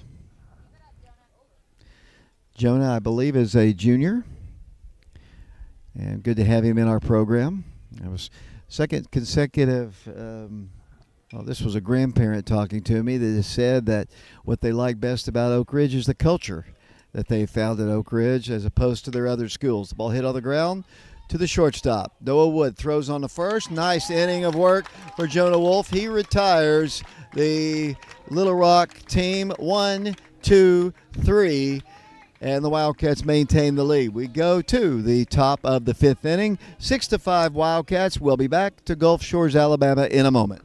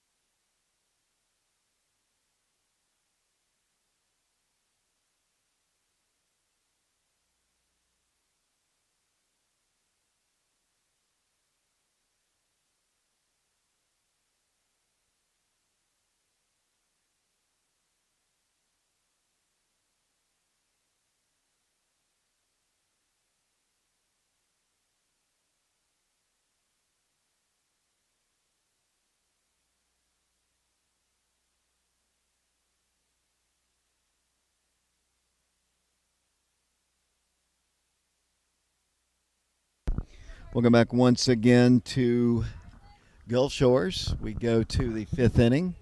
Oak Ridge on top 6-5.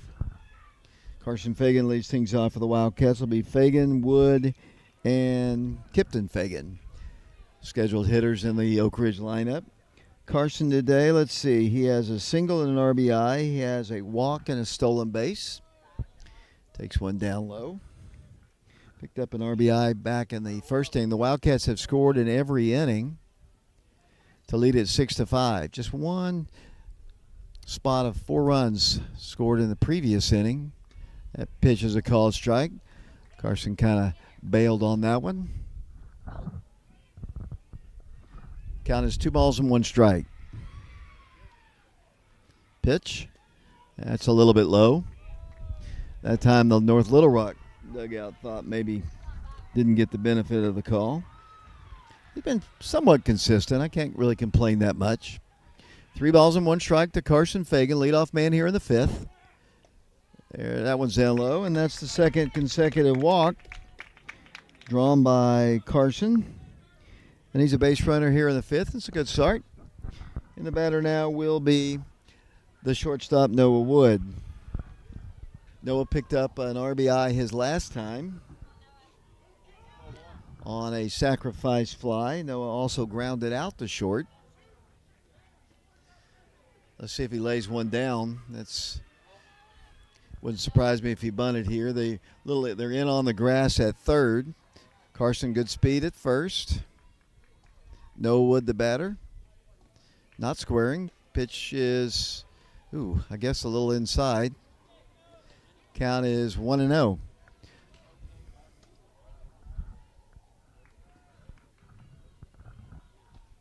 Noah's a junior. Carson draws a throw once again over at first.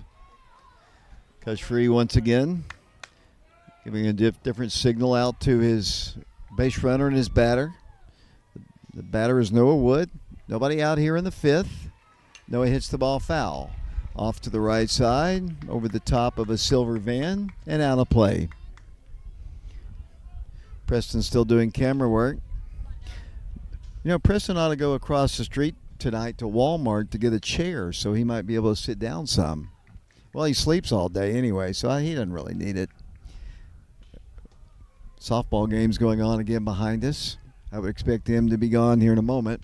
Cut on a miss. Here's the throw, and it's a stolen base.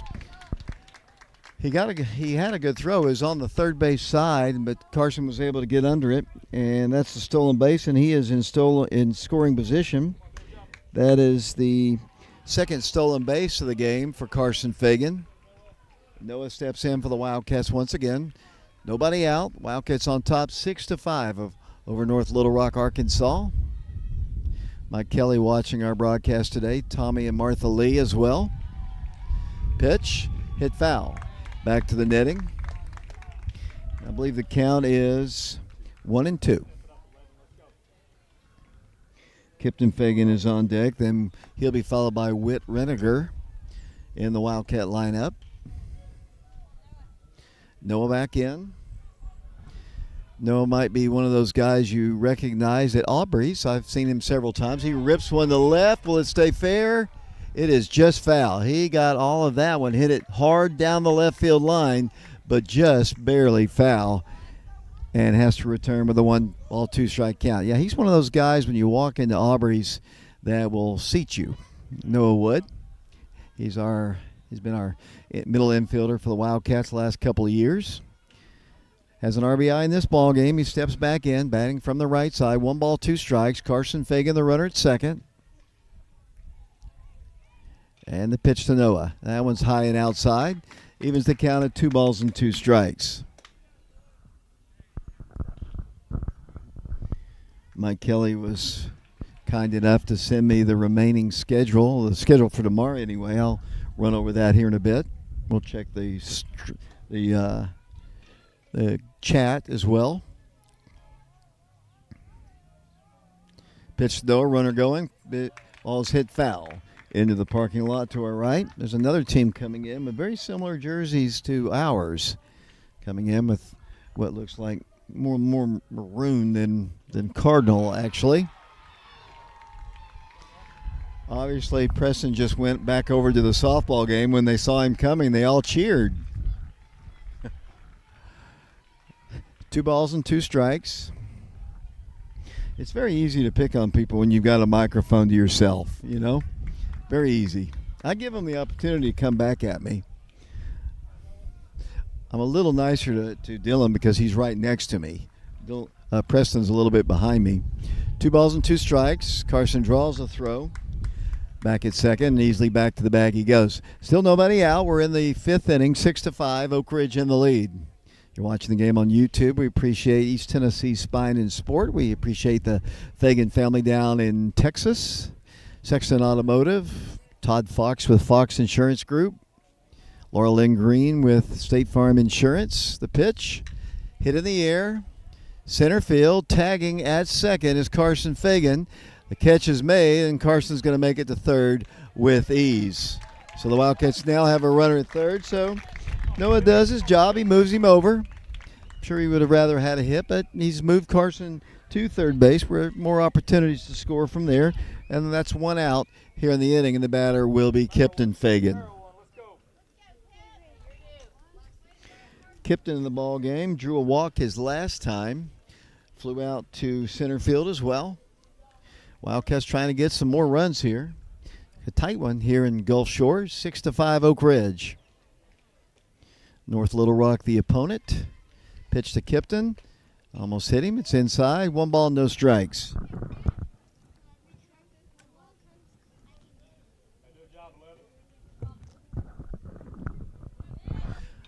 Carson Fagan takes his lead off of third. Kipton back in. 1 ball, no strikes to him. Hit in the air. Shortstop under it. Calls for it. Drifts. He's going to tag and still come in and try to score. Here's the throw, and he is safe. Ball bounces away.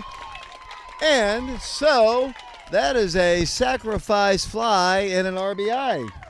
I think the shortstop never in his wildest dreams thought that Carson would try to come in to score, but he does, and that's run number 7 for the Wildcats as Carson scores for Oak Ridge. Got the ball beat him there, but he got his hand down, and the ball kind of bounced away anyway, and the Wildcats, and that's a sacrifice fly and an RBI for Kipton. And Wildcats, Whit Reniger is the batter. Oak Ridge gets an insurance run. Nobody aboard now. There are 2 outs. Whit in the ball game is 0 for 1, grounded out to second. His first time takes a ball outside. 7-5 Oak Ridge. As the Wildcats play here at Gulf Shores, Alabama. As I mentioned, I'll run down our schedule for tomorrow. Mike Kelly. I couldn't find my paperwork here. As Mike knows, sitting next to me at Farragut this weekend. The wind blows papers everywhere, and I've had some help from people already tracking down our papers. Dylan, is Preston back? I think so.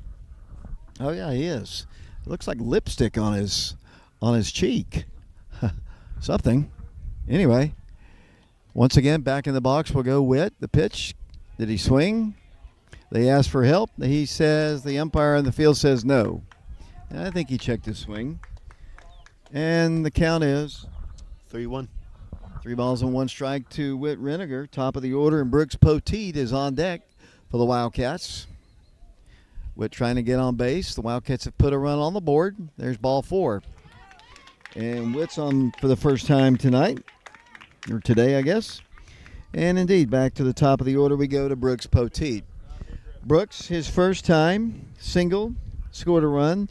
His second time, walked and scored a run. And we're going to have a pitching change. I'll hand the mic to Dylan. If there's anything going on in the chat, let me know. I'm going to check the schedule. So I guess nothing else going on. We just appreciate everybody watching.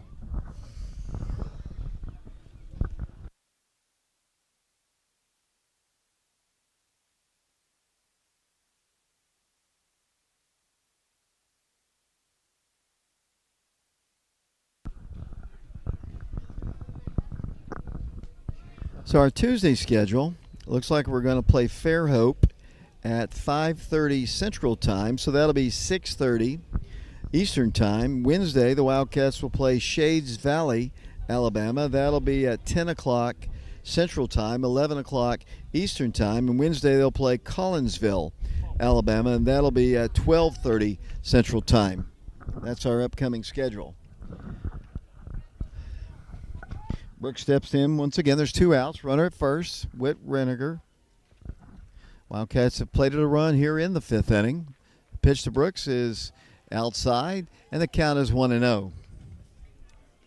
Just a moment ago, a sacrifice fly by Kipton Fagan, scoring big brother Carson. And the Wildcats lead it now 7-5. Wildcats trying to get more, but there are 2 outs. Pitch to Brooks is way outside. 2 balls and no strikes. Warren East is on deck. Warren is 2 for 3 in the ball game. Warren had a single and a double and an RBI. He's also unfortunately popped out to the catcher. Hope to see him up in some capacity as Whit Reniger draws a throw over to first, and easily back to the bag he goes. You might notice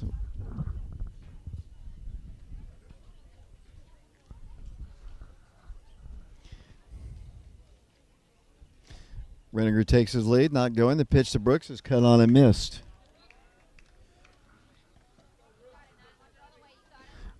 Do we have power?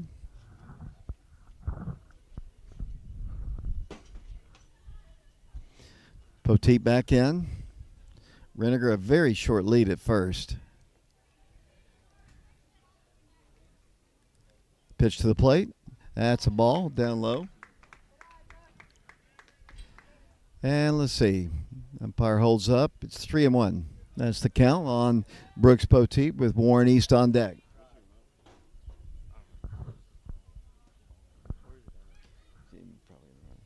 Three balls and 1 strike.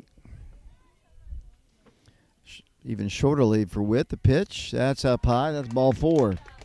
So Brooks Poteet is aboard. And now the Wildcats have runners at first and second with 2 outs. And the batter, as I mentioned, will be Warren East. Warren came in at .444 on the year. And he has a couple more hits today, a single, a double, and RBI. Has an opportunity here. 2 outs, though. We're in the 5th inning, 7-5 Wildcats. Warren almost hit one out of here earlier. Hit the fence for that double. Here's the pitch to him. That's a ball down low. Good stop by the catcher, keeping it from going to the backstop and giving the Wildcats a couple runners in scoring position. Parker Free comes out on the on-deck circle. As I mentioned, there are 2 outs. Warren giving hand signals, which I don't know. I'll have to ask Coach Free what all that means, if it means anything at all. Pitch to him. Hit it to right field. That's going to drop in for a base hit. 1 run will score. In the score, the first run on this hit come the Wildcats, Whit Reniger. And the Wildcats now have an 8-5 lead on the 3rd hit of the game by Warren East. And another RBI, his 2nd of the game, as Whit comes in to score and moving around to 3rd. The Wildcats also with a base runner, and that is Brooks Poteet. And now we're going to have a pitching change. We're live here from Gulf Shores High. No, it's not the high school. It is the high school here because the football field right behind us. A beautiful facility, a lot of different fields, a lot of games going on. We appreciate it. We'll have another one tomorrow later in the afternoon. It'll be one of those games where the boys will get a chance to fish all day, and they'll enjoy that as the Wildcats lead it now 8-5. We'll take a quick break. We'll be back to Gulf Shores in a moment.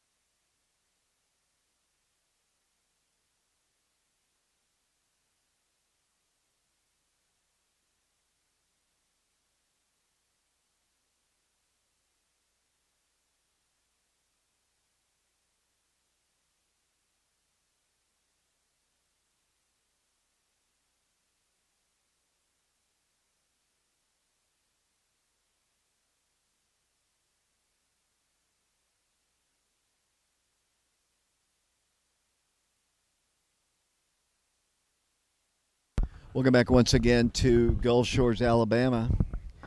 Like we got a change here. I think Coach Free came out to talk to the umpire. I think maybe perhaps right now Parker Free has been the designated hitter. And let's see if they're going to change things up. Wildcats have hit in order. He can't say that they've been batting out of order.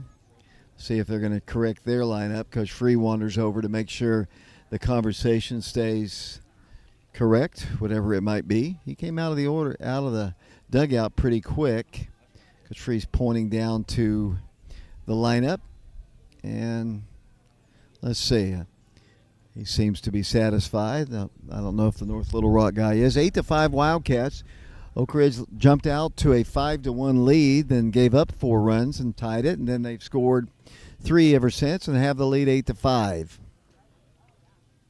Big hits by Warren East. Warren has a couple RBIs, 3 hits in the ball game. Came in at 444, as I mentioned.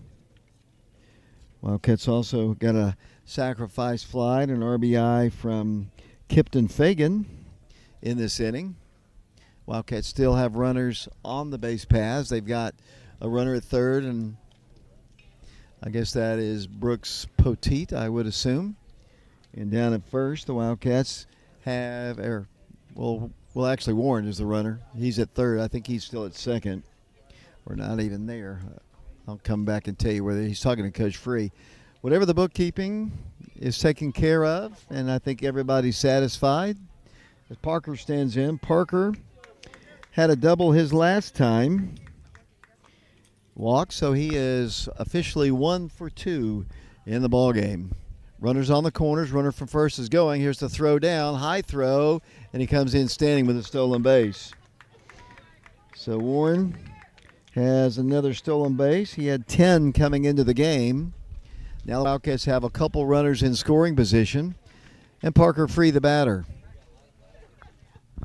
8-5 Wildcats over North Little Rock. Caleb, I think, said they're a 6A school. That pitch is low and outside. I do believe the count is 2-0. Luis Soria doing our camera work. Have you told him yet? No. He doesn't know. Okay. 2 balls and no strikes to Parker. That's a called strike. It's below the knees, but he called a strike, and the count is 2-1. The pitch looked a little low, a little inside. 2 balls and 1 strike. Runners at second and third. Wildcats in the lead. Here's Parker back in. The pitch to him. Hit on the ground. Foul. Down the left field line. And the count, I believe, is 2-2. Let's see if I like these camera shots. I think we could tighten it up a little bit on the one up top. No, just kidding. I like it all. Good job, everybody.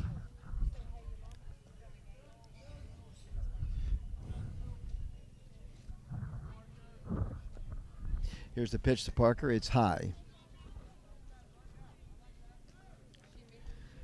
3 balls and 2 strikes. Parker will be followed by Mikey Teasley. Mikey's had a good game today. He's had let's see, 2 hits, 2 RBIs. Parker with a full count. From the stretch, here comes the 3-2 pitch.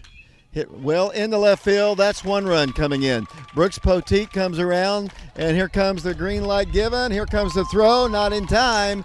The Wildcats now lead at 10-5. Solid single by Parker Free. He advances to second on the throw, and the Wildcats now lead at 10-5. For Parker, that'll be his second hit of the ball game, give him 2 RBIs. And the Wildcats indeed lead 10-5, and the batter will be Mikey Teasley. The ball was just smoked down the line, and the Wildcats have yet another runner in scoring position. So after tying the ball game, North Little Rock has seen the Wildcats put 5 unanswered points on the board. Runs, not points. It's not basketball season, Dylan. Why'd you say points? I know you didn't. That's just my idiotic self. As that pitch is high and tight, and the count is 1 ball and no strikes. Mikey in the ball game grounded out and picked up an RBI doing so. Singled and score run, stole a couple of bases his last time. Had a double and an RBI. He is 2 for 3 in the ball game. Parker is the base runner out at second. Here's the pitch to Mikey. Hit it foul off the screen to the right. 10-5 Wildcats. Oak Ridge play the late ball game tomorrow. I guess you guys will be happy about that, I'm sure. Not a late game, like 5:30. Not bad. Mikey back in.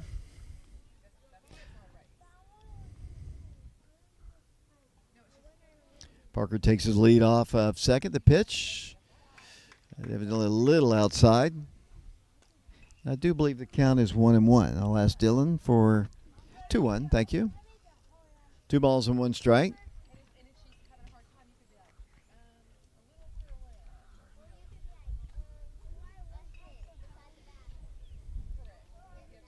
Here's a pitch to Mikey. Hit on the ground, foul up the third base line, and booted by Coach Travis Free. Tried to field it in the foul territory, but couldn't handle it, and the count is now 2-2. The Wildcats responding after a big 4-spot put on the board to retake the lead by 5. They led 5-1 at one point. Now it's up to 5, 10-5. Wildcats have used Cam Welch, Isaiah Wilson, and Jonah Wolf on the mound. 2-strike pitch to Mikey. That's way outside, and Parker's going to advance to third on the wild pitch. North Little Rock, a 6A school out of Arkansas. Good-looking team. Traveling team, obviously. They have some talent. They've had a good pitcher a year ago. Went on to sign with the University of Tennessee. And so they've got a history of players coming out of their school, as do the Wildcats. Runner at third, Parker Free. Full count to Mikey Teasley. The pitch to him. Hit up the middle softly. Shortstop fields it. It's going to be a bang-bang play, but he makes it in time for out number 3. But the Wildcats put 4 more on the board, and they lead it by a score of 10-5. We'll be back to Gulf Shores in a moment.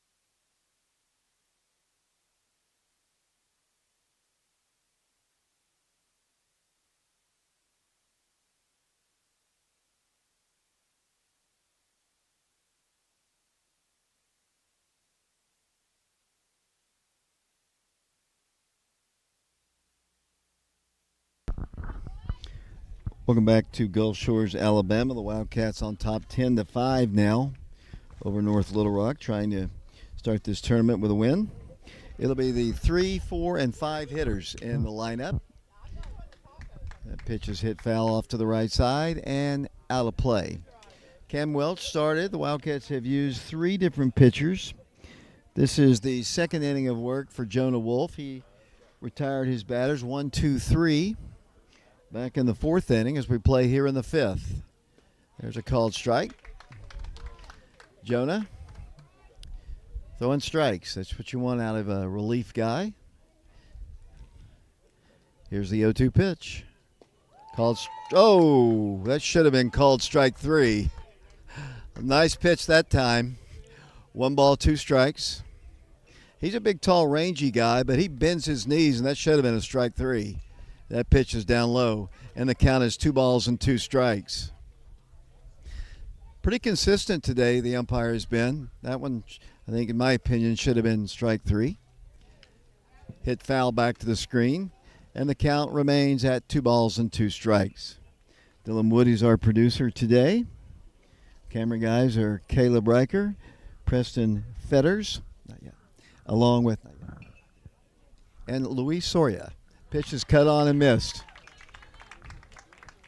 That is strikeout number 2 for Jonah Wolf, and that's out number 1 here in the bottom of the 5th inning. 10-5 Wildcats. A beautiful day. Still not a cloud in the sky. You like being at the beach, Dylan? I love being at the beach. Too bad you slept into 11. Yeah, it was nice. I didn't sleep last night. Ball's hit well to left field. It's going to drop in for at least 1. Taking a big wide turnaround first. It's going to be a 1-out single for the guy that's been the biggest pain in our neck in this ball game, and that is their 4-hitter. He has 2 hits. He has knocked in 3 and scored a run. So he picks up his 3rd hit of the ball game. Solid player. And here comes Ben Sartini. He is 1 for 2 in the ball game with an RBI single to his credit. Facing Jonah Wolf, working from the stretch. The pitch, there's a called strike. And the count is 0-1. Jonah's just coming in here and just firing strikes. Like I said, that's what you like to see from your big junior. Working his 2nd inning of relief. Goes over to first and back to the bag easily goes the base runner. Mike Kelly's one of our sponsors from Betsy Coleman Realty. He'd love to sell you a house.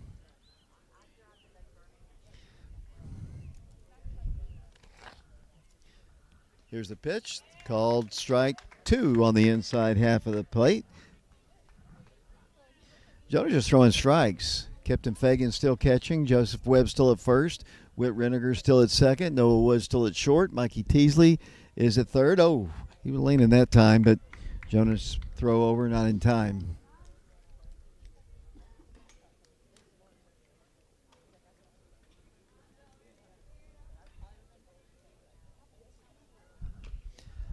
Pitch hit foul over toward the third base box and fielded by the Little Rock coach.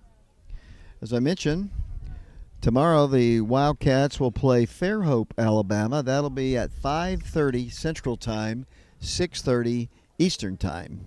Then on Wednesday they'll play 2, Shades Valley and Collinsville. Here's the 2-strike pitch and bounces away. And rolling back to the screen. And the count, I believe, is even at 2 balls and 2 strikes. I'll ask Dylan. Dylan usually knows. 1 and 2. Thank you. But they do have a runner in scoring position. Santini back in. Number 0, bats from the right side.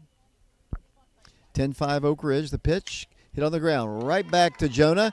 He has one play. He looked at the runner, but he makes the wise decision. He was already about halfway to third, so the wise decision was made by Jonah Wolf. He gets the easy out at first, and runner does advance, but that is out number 2 here in the 5th inning. Batter now, let's see, will be Cooper Taylor. Cooper has struck out twice today. In the 2nd inning and in the 3rd when they batted around and scored 4 runs, he hits the ball foul down the third base line.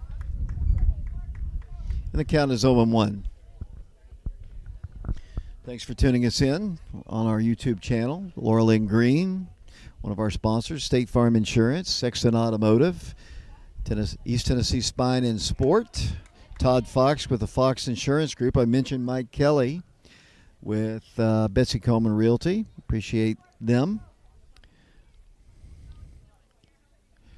And the Fagan family and all the others. We've had some others make some donations. There's another called strike, and that's strike 2. Jonah Wolf, his 2nd inning of work, and he's only given up 1 hit and trying to get out of the 5th inning here. One strike away. Here it comes. Nope, it bounces away, and that's going to score a run. Bounced in front of the plate, and they do have a run. It's now 10-6. Ball hit in front of the plate, and it's 10-6. The Wildcats holding on to the lead, but there's nobody aboard now. 2 outs on the number 6 hitter in the North Little Rock lineup. Kipton Fagan with the sign, the pitch. That one's up high. I think Jonah a little mad at himself. He kind of overthrew that one. I think he was mad about the previous pitch, which allowed the run to score. He just gets on the mound and throws it. He's ready to go again. That one's up high, and I think he's mad at himself for giving up that run because he just came in and just kind of overthrew back-to-back pitches when he's been nothing but throwing it in the strike zone. So they've got a runner on now. The batter now will be Tucker Stamford. Tucker is 0 for 1 with a walk. Batting from the left side against the right-handed throwing Jonah Wolf. The pitch to him is outside, so 4 straight out of the strike zone. Takes a big breath. Maybe he should slow down a bit. He works fast. We like that. 1-0 pitch, hit in the air, foul, well out of play. Mikey giving it a chase, but it's way out of play, and the count is even at 1 ball and 1 strike. A lot of teams in this tournament. They're playing it all over the Gulf Shores, Orange Beach area. Multiple fields, multiple teams. Baseball, softball. It's been softball behind us most of the day. They've already played, I think, 2 games already since we've been watching this one game. Of course, softball games do go quicker. Wolf checks the runner. Pitch to the plate on the outside half of the plate for a called strike. Stafford didn't like that one. It did look a little low and outside, but as a Wildcat fan, we'll take it. 2 strikes on him. Wolf comes to the plate. Hit in the right field. Shallow right field. It's going to drop in front of Brooks Poteet for a solid single. Nothing fancy. Just put his bat out there and poked it for a single. And they've got 2 on with 2 outs. And the batter will be their 8th hitter. Actually, yep, that's their 8th hitter. That is going to be Fletcher Lee. Fletcher has struggled a bit against the Wildcat pitchers. He is 0 for 2 in the ballgame. He has struck out twice today. 10-6, Oak Ridge in the lead. North Little Rock trying to get back in it as Jonah throws the strike, and the count is 0-1. Helicopter flying overhead. It's the only thing in the sky. No clouds at all. Beautiful day from Gulf Shores, Alabama. Pitch is hit softly. Joseph Webb's under it at first base. Catches a knuckleball off the end of the bat for out number 3. But the North Little Rock team scores 1 run. The Wildcats see them leave a couple runners. We go to the top of the 6th inning with the Wildcats on top 10-6. And we'll be back to Gulf Shores in a moment.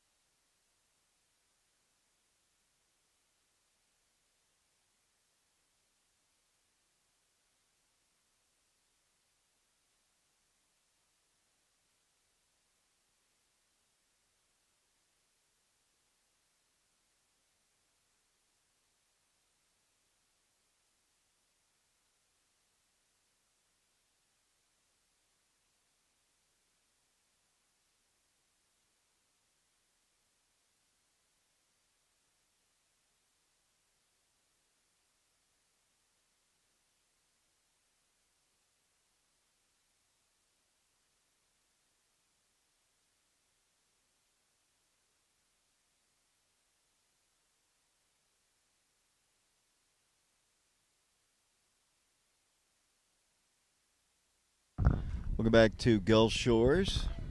Bridge on top now 10-6. Joseph Webb stands in once again, takes one inside the ball. 1 ball, no strikes. Joseph is 0 for 3 in the ball game. Struck out a couple times looking and lined out to right. Swings and foul tips it off the catcher, and the count is even at 1 ball and 1 strike. Preston Fetters doing camera work along with Caleb Riker. Caleb goes missing every once in a while. I'm not sure exactly where he went. Probably to get that catch-up stain off. Still working on that as Joseph almost got hit with a low pitch right at his feet. And the count is 2 balls and 1 strike. It'll be Webb, Fagan, and Wood, the scheduled hitters in the Oak Ridge lineup, leading 10-6 as we play here in the top of the 6th inning here at Gulf Shores. Wildcats wearing their cream jerseys with cardinal numerals. North Little Rock wearing white jerseys with blue. Left-handed pitcher against the right-handed hitting Joseph Webb. He hits the ball hard. Oh, nice stab by the first baseman. Makes the play. Took a base hit away from Joseph Webb. He hit the ball hard, but a really nice play by the first baseman, and that is out number 1. Batter now will be Carson Fagan. Carson has been on base a couple times, actually 3 times. He has a single and an RBI. He walked and stole a base. He walked another time, stole a base, and scored a run. And he steps in with 1 out. New pitcher in the game is a left-hander, as I mentioned. Carson bats from the right side. Carson's a senior. The first pitch to him is hit on the ground, third base side. Another nice play for them. He throws across the diamond in time for out number 2. So 2 up and 2 down quickly. And that is out number 2. And the batter will be number 1, Noah Wood. Noah is 0 for 2 officially in the ball game. Flew out to center his last time, grounded out to short, and picked up an RBI on a sacrifice fly. Nobody out, or nobody on, 2 outs. So Wildcats bat in the 6th, leading 10-6 as Noah Wood takes one up high, 1 ball and no strikes.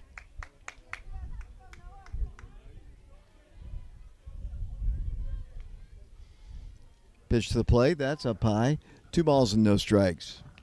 Noah will be followed by Kipton Fagan, who had a sacrifice fly and an RBI his last time, had a walk as well.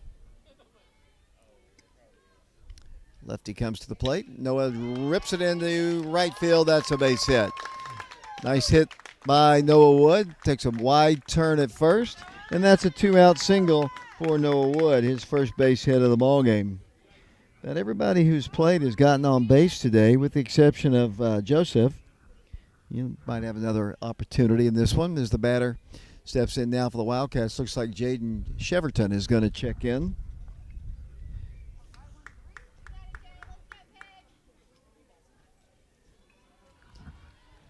Batting for the first time, he's hitting for, Kipton Fagan in this one. Kipton started at catcher. He had a sacrifice fly and an RBI his last time. Jaden steps in. Jaden's been playing a little infield. Started the last couple of ball games for the Wildcats. Runner at first. Draws a throw, and that is going to be a balk. So the Wildcats will have a runner down at second on the balk. And didn't really come set there and just tossed it over, and the Wildcats have a runner in scoring position.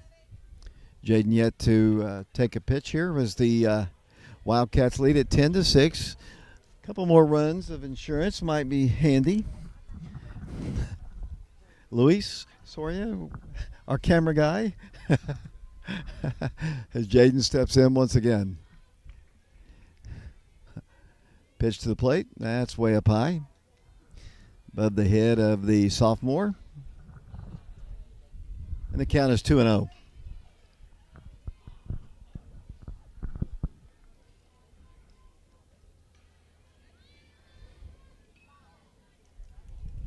Jaden gets tired of waiting. Takes a half step out of the box and steps right back in. Runner at second base. Noah Wood. Pitch to Jaden. Down low, gets stopped by the catcher. It's ball 3.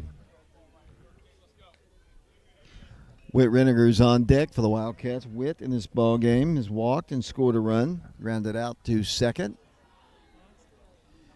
Cheverton steps in once again.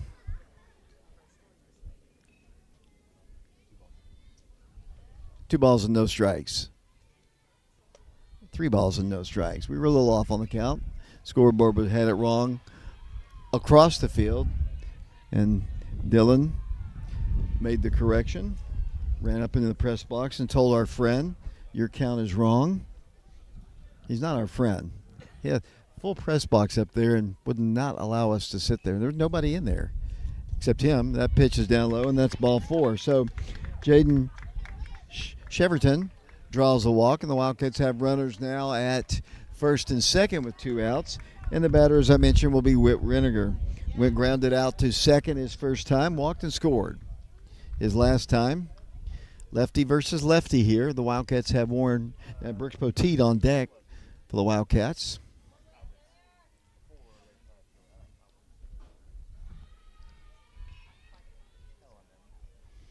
Pitch to the plate, cut on a miss. Kind of a late hack at it. I think he had decided not to swing. Then he saw it coming in, then pulled the trigger, but he was a half second late, and the count is 0-1. Pitch. Oh, almost hit him. Evens the count at 1 ball and 1 strike. Last few ball games we've done have been really long ones. Of course, Mike Kelly didn't make the trip with us. Betsy Coleman Realty. I guess some people had to stay back in Oak Ridge. As that pitch, we have a lot of people down here. There's obviously the families are down here, but we've got a lot of students. We've got 6 or 7 students down here that made the trip to Alabama. We thank them for coming down. We thank you all for watching.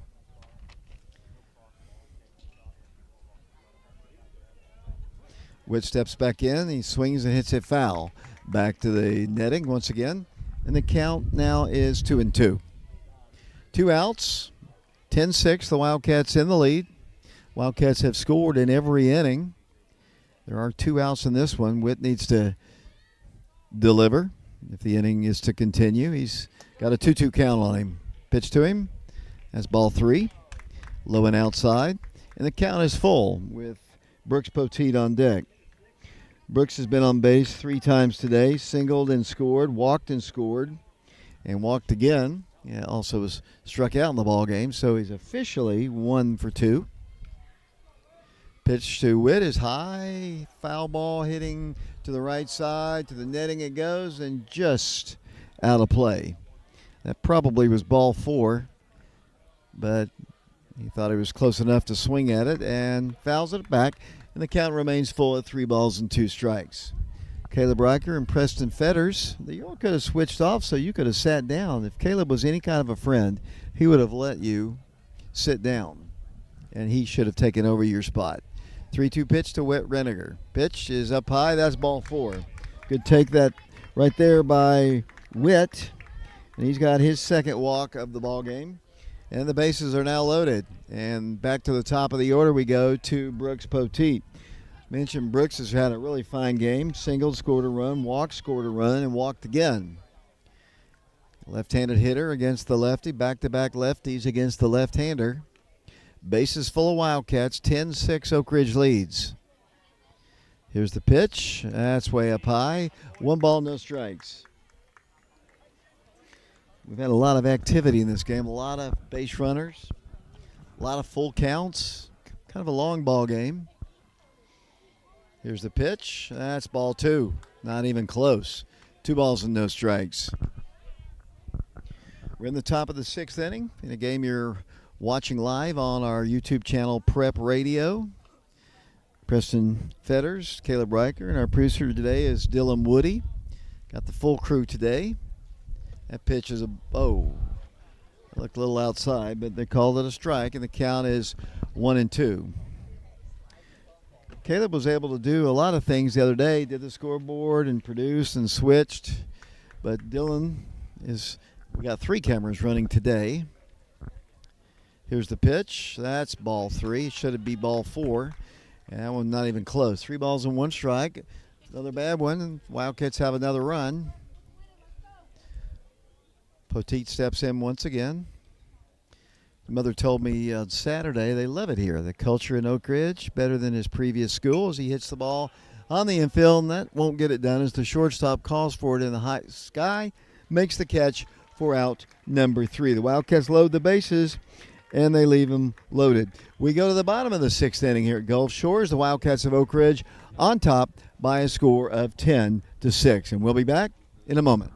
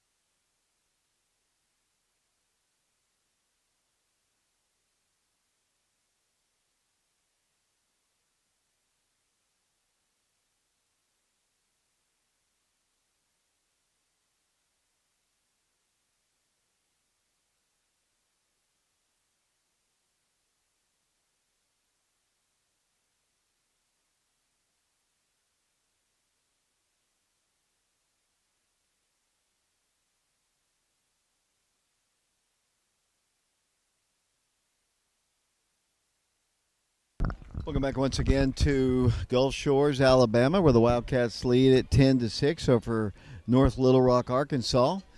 Fourth pitcher of the ball game, Jaden Cheverton, is going to enter the fray for the Wildcats. The Wildcats started with Cam Welch, followed by Isaiah Wilson, Jonah Wolf with a solid 2 innings, and now Jaden takes over. He faces the 9, 1, and 2 hitters in the Little Rock order. Leadoff man for them is Brooks Blaine. He has doubled and scored, and he's struck out. And he takes ball 2. 2 balls and no strikes. 10-6 Oak Ridge. We're in the 6th inning from Gulf Shores. Just a beautiful day. We've had, I guess the weather in Oak Ridge might be okay as well, but down here it is really nice. That pitch is at the belt, but evidently not a strike. That's the best pitch he missed that one. Count is 3 balls and no strikes. Cheverton has the sign, the pitch. There's a called strike, and the count is 3-1. Nobody out, nobody on, as Little Rock bats in the 6th inning in a 10-6 ball game. Jaden comes in, pitch hit foul over towards the Oak Ridge dugout. And the count is full now, 3 balls and 2 strikes. Aiden George is on deck. He'll be followed by Will George. Will Jones, that is. Cheverton, sophomore, has the sign, 3-2 pitch. Called strike 3, or should have been. Let's go. I don't know.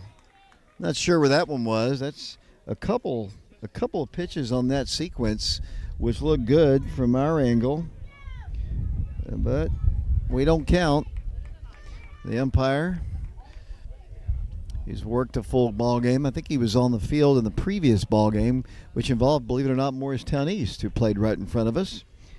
And to the top of the order we go to Aiden George. Aiden is 0 for 3 in the ball game. Grounded out to short his first time. Struck out in the third and grounded out to Mikey Teasley in the fourth inning. Runner at first, the pitch. That's up high, a ball. 1 ball, no strikes.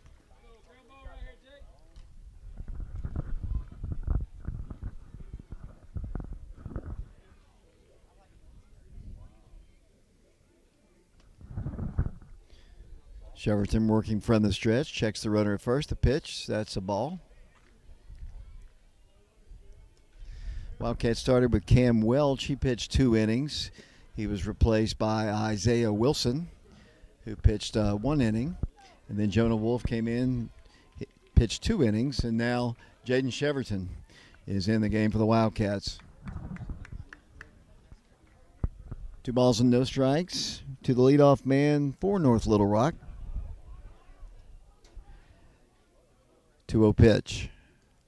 Hit hard, shortstop. Oh, takes a crazy hop and goes into center field. Noah was in perfect position, but it hit the cusp, I believe, and took a high hop over the top of Noah, and that will be a base hit. So they've got runners at first and second with nobody out, and the batter will be Will Jones.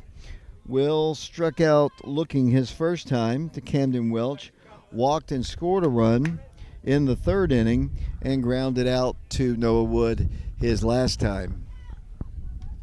Ball just took a funny hop, and unfortunately for Noah, the ball just bounced over his head. Yeah, that was unfortunate. He was in the perfect position, and it just took a crazy hop. Number 2 hitter takes a strike on the inside half of the plate. Umpire's been really good. Hasn't been as consistent this inning. Does call that strike. Wildcats have the lead at 10-6. No outs here in the bottom of the 6th inning. They've got runners at first and second. The pitch hit hard right to Whit Reniger, and he can't make the double play. Tried to shovel it over to Noah to cover the bag and double up the runner at second, but ball popped out of the mitt. But it is a solid out number 1 as Jones lines out to Whit Reniger. And that's the first out. And the batter will be the number 3 hitter. He's reached base safely twice. He's scored 2 runs. He's walked twice. He also struck out his last time. Wildcats have Parker in at catcher now. I just now realized that. I think I've watched Parker basically grow up. I would have noticed that. But he's in at catcher. Kipton is out. Kipton was replaced in the order, I think, by Jaden the last time. They kind of flip-flop. So here's the pitch. There's a called strike. And the count is 0-1. He called it that time. Runners at first and second. Higgins the batter. Right-handed hitter. Doesn't look like our Higgins. Doesn't look like T much. Built slightly differently. 1 strike pitch. Kept in front by Parker. And they've got to play at third. Here's the throw. It's not a good one. But a nice save, though, by Mikey Teasley. And both runners move up.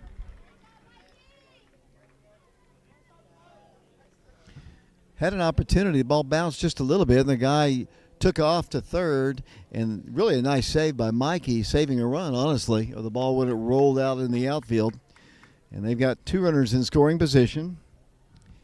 Higgins back in. The guy on deck is the guy you got to worry about. He's been on base 3 times, has knocked in 3 runs. Higgins, what's the count, Dylan? 2 balls and 1 strike. Oh, actually, I can start to see it on the scoreboard. Some was kind of, the glare was getting me earlier. Not your scoreboard. You're doing great on the scoreboard. That big one out in left field. 2 balls and 1 strike. Jaden Cheverton to the plate. That's ball 3. Down low. Don't want to load the bases. They bring the tying run to the plate. Higgins has walked twice already in the ball game. He's a big guy. Obviously aware of the strike zone because, as I said, he's walked twice. Got 3 balls on him now. Jaden comes to the plate. That's ball 4. And bases are full.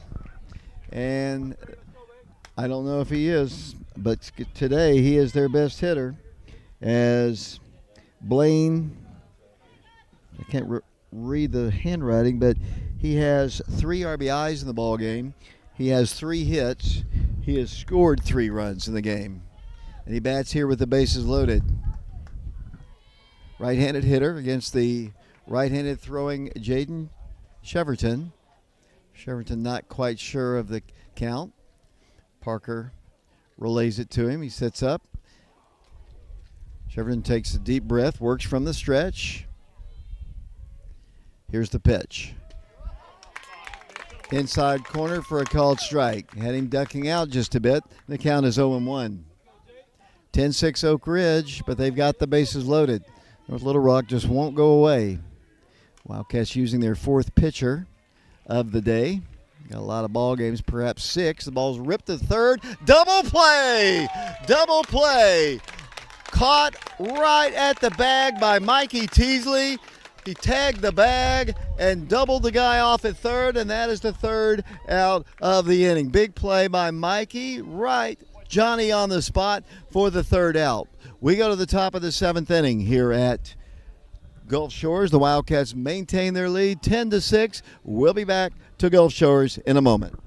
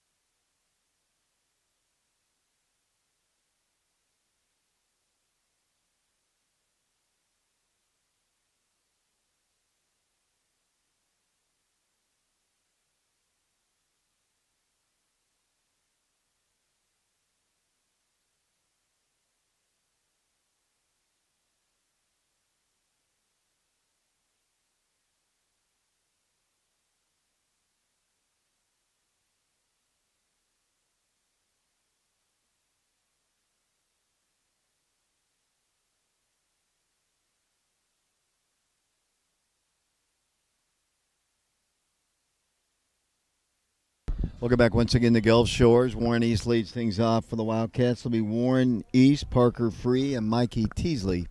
The scheduled 3 is the Wildcats lead at 10-6, and Warren takes a strike.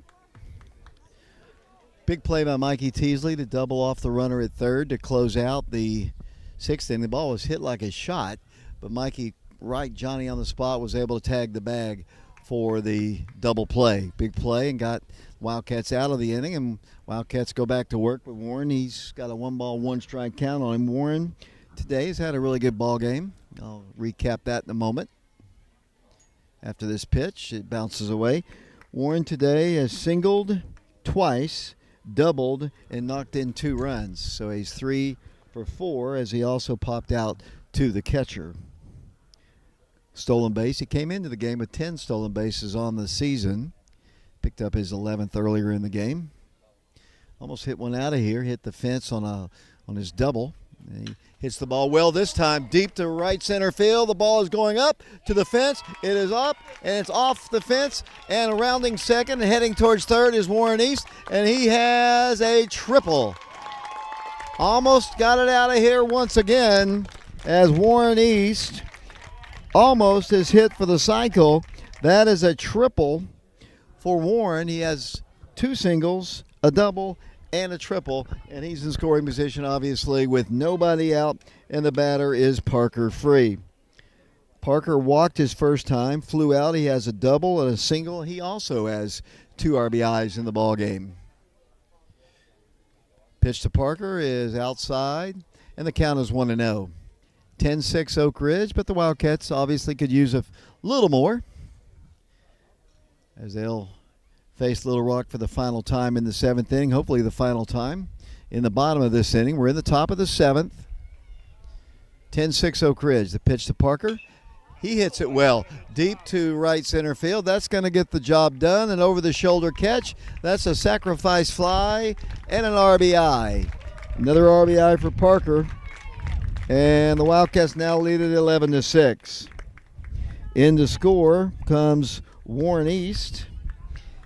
And the Wildcats, once again, have a 5-run lead. 11-6 the score.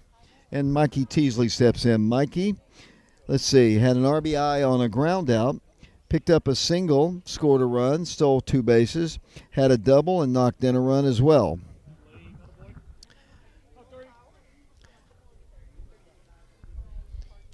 Nobody aboard, 1 out here in the 7th. 11-6, Oak Ridge in the lead. We're down at Gulf Shores, Alabama. We'll be back tomorrow for a 6:30 Eastern time ball game as Teasley takes ball down low, and the count is even at 1-1 strike. Thank you for watching our broadcast on our YouTube channel. We have done all but 1 ball game so far this year. We hope to do a whole lot more. We're definitely going to do all the games from down here. There are a few games coming up that we have some scheduling conflicts with, but we'll try to work those out. Appreciate all of our sponsors, though, who have helped us. That pitch is in there for a called strike. That's strike 2 to Mikey. Laurel Lynn Green's been with us football, basketball, and now baseball. Todd Fox, the same, with Fox Insurance Group. Sexton Automotive, football and now baseball. Mike Kelly, as that pitch is high and tight. The count is even at 2-2 strike. Mike Kelly is a realtor for Betsy Coleman Realty. Appreciate Donnie Sharp with East Tennessee Spine and Sport. We've had a lot of people donate money to us, to our cause, including Uncle Andy and the Fagan family down in Texas. Mikey hits the ball well, deep to left. Will it stay fair? No, it is a foul ball. Well foul, but well out of the park, too. As pretty close there, Dylan. Yeah, it was a deep ball hit to left field, and it just curved out the last second, I think. You're exactly right. Mikey steps back in, wearing number 3. Here's the pitch to him. That one's down low, and that's ball 4. So Mikey Teasley reaches base for the 3rd time today. And now we need to get Joseph going here. Joseph is the only person who started the ball game that has not reached base safely. He is 0 for 4 in the ball game, a couple strikeouts. Hit a line drive on 1 hop to the first baseman his last time. Great play by their first baseman, and he got him unassisted. He also flew out to right field. He bats from the right side. 11-6 the score, Oak Ridge. Trying to get more. They've got a runner at first and Mikey Teasley. Good speed. 1 out. He's going. Bounced away, and that's going to be a stolen base. We'll give Mikey Teasley another stolen base. That'll be his 3rd of the ball game. Ball bounced to the plate. Catcher had no shot. Count is 1 ball, no strikes to Joseph Webb. Another runner in scoring position. We could use another run. Big lead at second. Joe comes in. The pitch to him is a called strike. Joseph will be followed by Carson Fagan in the lineup. Carson's been on base a lot today. 3 different times Carson's been on base. Joe steps back in, wearing number 24, bats from the right side. Junior, transfer from Pigeon Forge High School. Pitch to him. That's down low. And Dylan, what's the count? 2-1. Try to get Dylan in the broadcast as much as I can. I'll sometimes get Preston in. He's a little farther back behind me, and Caleb's off someplace again. Joe Webb back in once again. Teasley takes the lead off of second. They throw back that way, and not in time. Wildcats will play, as I mentioned, at 5:30 Central Time tomorrow, 6:30 Eastern Time. We'll have the broadcast for you from a different school, a different field. We played here last year in the first game of this tournament and won big. If I remember correctly, I think Cheeto had the win in that ball game. He started this one. That pitch is outside, and that's ball 3. 3 balls and 1 strike. Preston Fetters doing camera work for us, along with Caleb Riker. As I mentioned, Dylan Woody's our producer. Hopefully the batteries are going to last all the way through this one. We're in the top of the 7th inning. Pitch. That's ball 4. So Joe is on for the first time today with a 1-out walk, and the Wildcats will have him at first and second. It looks like we might have another pitching change. 11-6 is our score. The Wildcats in the lead. We hope you'll tune in. As I mentioned, tomorrow it'll be a 5:30 Central Time ball game, 6:30 Eastern Time, as the Wildcats continue this tournament. The Wildcats won their side of the tournament a year ago, going undefeated. And we are going to have a pitching change, so it gives me an opportunity to put down the mic. Oak Ridge in the lead, 11-6. We'll be back to Gulf Shores in a moment.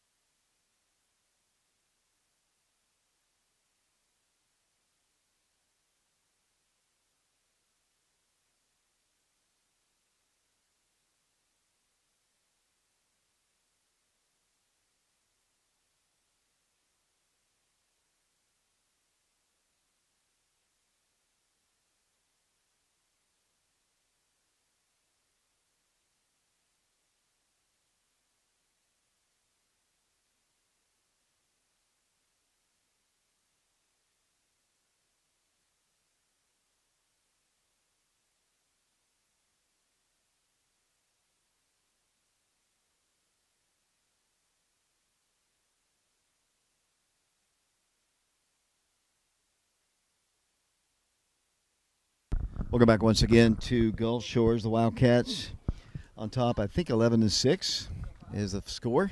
Got another pitching change. It's been a slow-moving ball game. Lots of pitching changes for both teams. Of course, you potentially have to play 6 games. You got to use a lot of pitchers.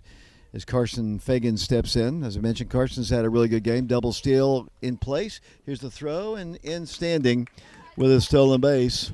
Look at the Wildcats. So Oak Ridge now has runners at second and third as Mikey steals his 4th base of the game. Joseph Webb steals his first of the game. Carson's got a 1-ball, no-strike count. 2 men in scoring position for the Wildcats, leading 11-6. The senior steps in. The pitch to him. That's up high. Count is 1 strike.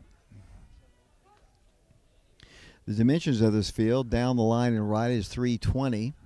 320 in left. In center field, I'm being blocked by the center fielder. Carson back in. 1 strike to him. Pitch. That's up high. 2 strike. Carson will be followed by Noah Wood, who has a single and a sacrifice fly and an RBI to his credit today.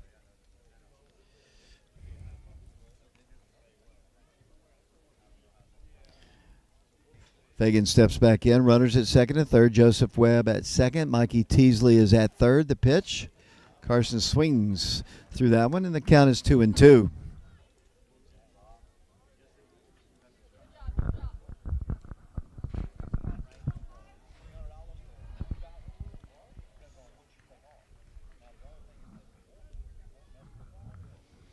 Carson back in. 2 strikes to him.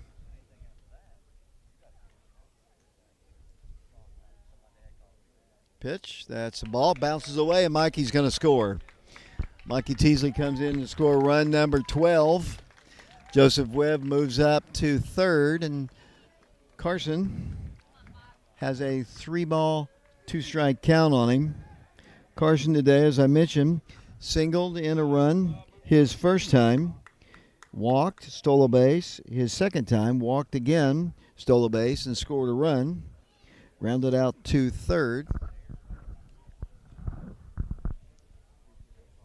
3 2 strikes.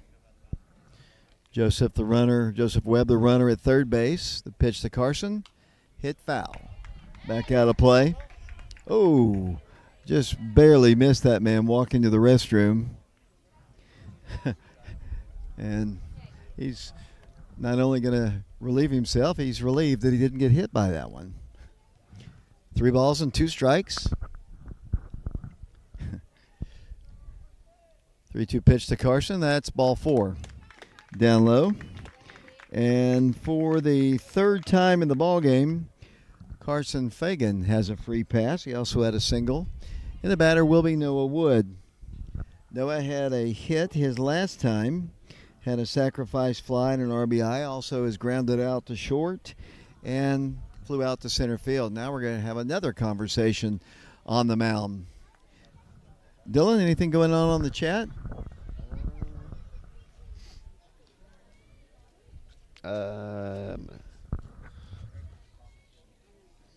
Not really.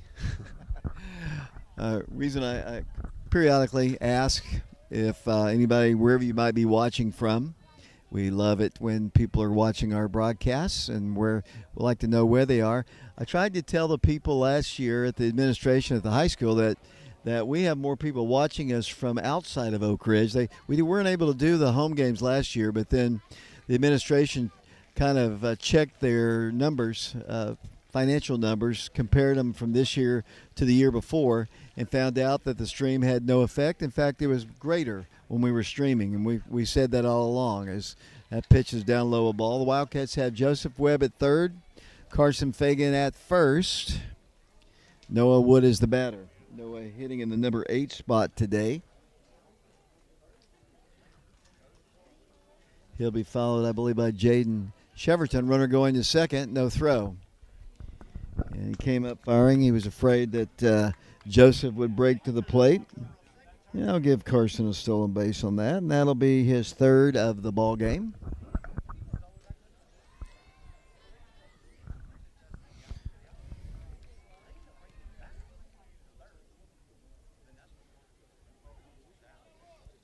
Noah back in. The pitch to him is a little bit low.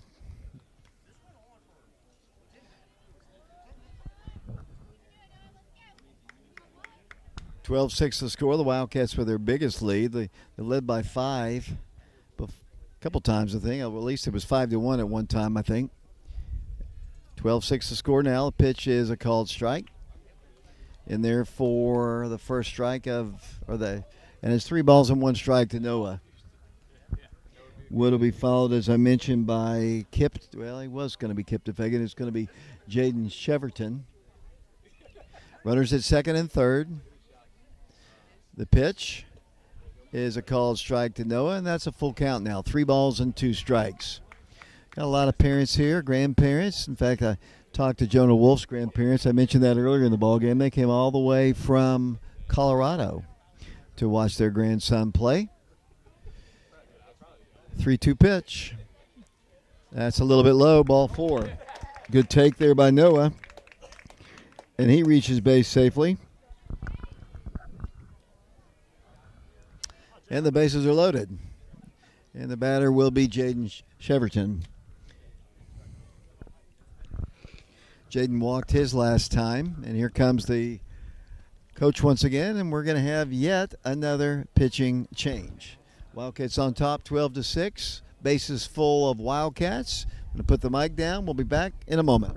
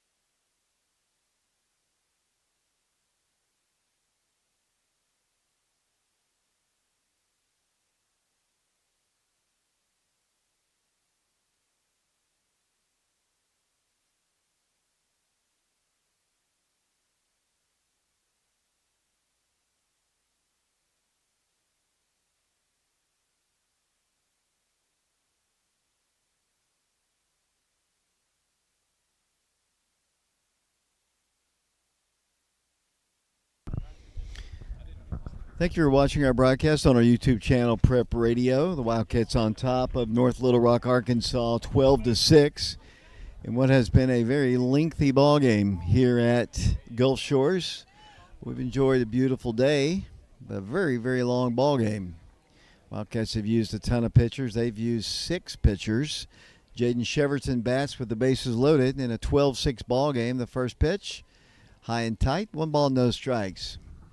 As I mentioned, Jaden walked his last time. He was inserted into the game in the previous inning for Kipton Fagan. Came in, they kind of did a little switcher in the lineup as Parker became the catcher. Pitch to Jaden is low and inside, and the count is 2 balls and no strikes. I like the way the pitcher wears his socks. He's got them kind of all the way up a bit to his knees. A little bit different. 2 balls and no strikes. Back in the box goes Jaden, and he takes a strike on the inside half of the plate, and the count is 2-1. Preston doing her camera work up top, and he and Luis are sitting someplace now. Got 3 cameras working. Our donations have made it possible for us to do this kind of work in baseball. There's ball 3. And Jaden is 1 pitch away from an RBI bases loaded walk. For one, we are able to have more personnel help us, and we can buy more equipment to expand our coverage. We've, for the last several years, we've just been a 1-camera stream, but now we're working 3 in this one. Got a 3-man crew besides myself. There's ball 4, and that's a second time he has walked, but that's an RBI for him. In the score will come Joseph Webb. The Wildcats now lead 13-6.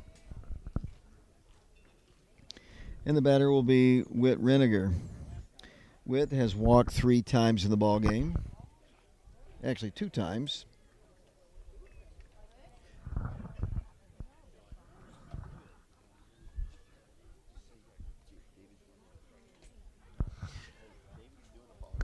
Whit is the batter, batting from the left side. I'm sorry. Runners at bases full of Wildcats in a 13-6 ball game. Pitch to the plate. That's a called strike on the outer half of the plate, way outer half of the plate.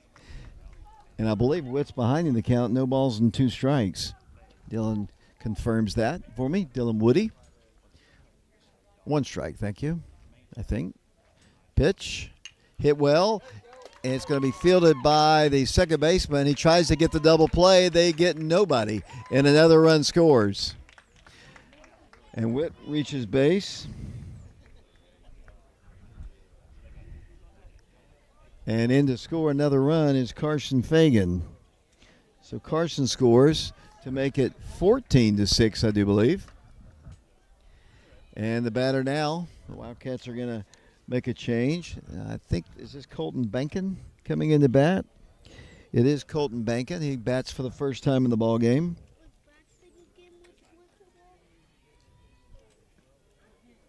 And he takes a strike. Josiah McClure is on deck for the Wildcats. I think there's only 1 out. Correct me if I'm wrong. Wildcats still have the bases loaded. 14-6 the score. Colton the batter. The pitch hits him. That's an easy way, a hard way to get an RBI. There's another run in. Coming in to score that run for the Wildcats is Noah Wood.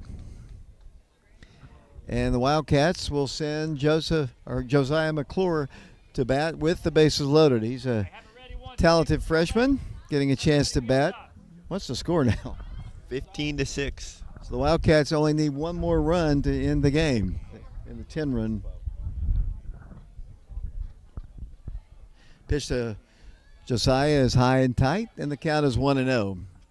So Colton Bankin picks up an RBI. Being hit by a pitch, probably not the best way to do it, as I said, but it all counts the same. Doesn't hurt the same way, but Josiah back in, the pitch to him. Swings and he misses. Bases full of Wildcats.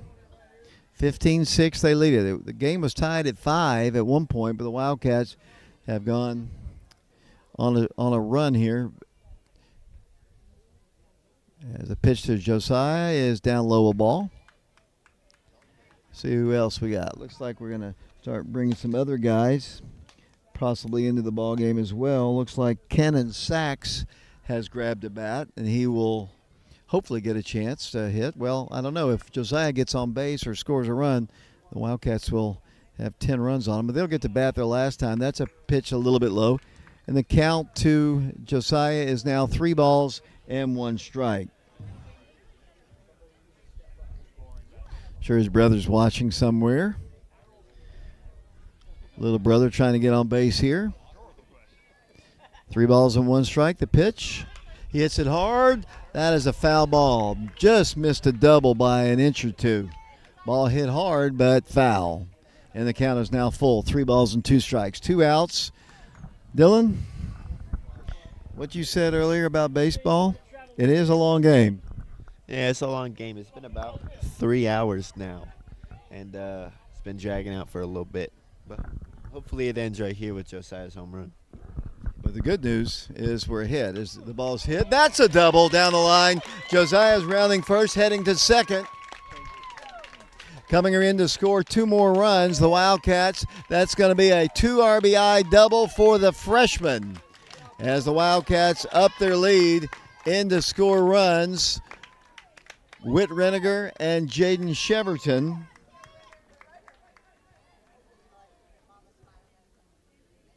And Josiah has 2 RBIs. Good job for him.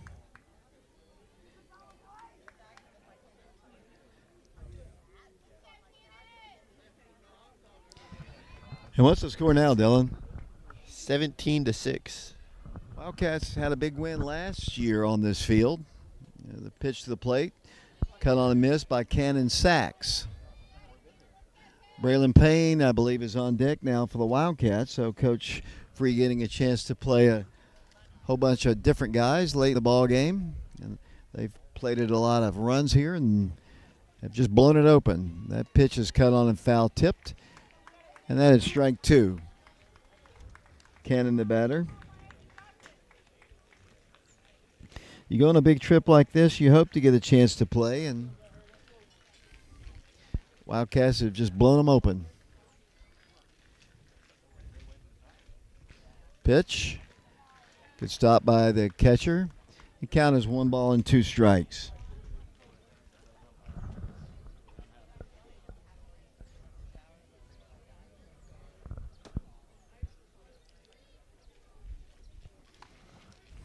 Josiah, the runner at second base. Colton Bankin, the runner at third. The pitch.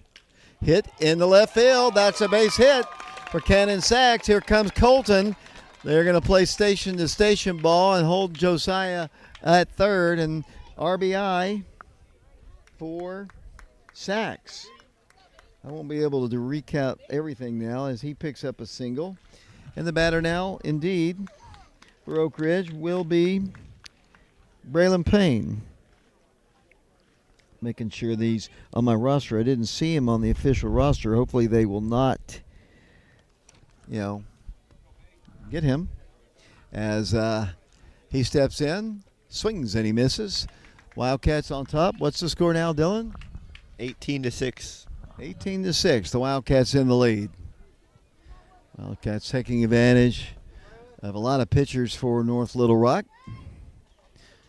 Josiah takes his lead off of third. Sachs off of first. Coach Free doesn't want to embarrass them. Josiah could have scored that run, but he's held him up. You don't want to embarrass your opponent. Although we might not ever play this team ever again, but, you just don't want to embarrass any high school kid. And they played station-to-station ball as the pitch is a called strike.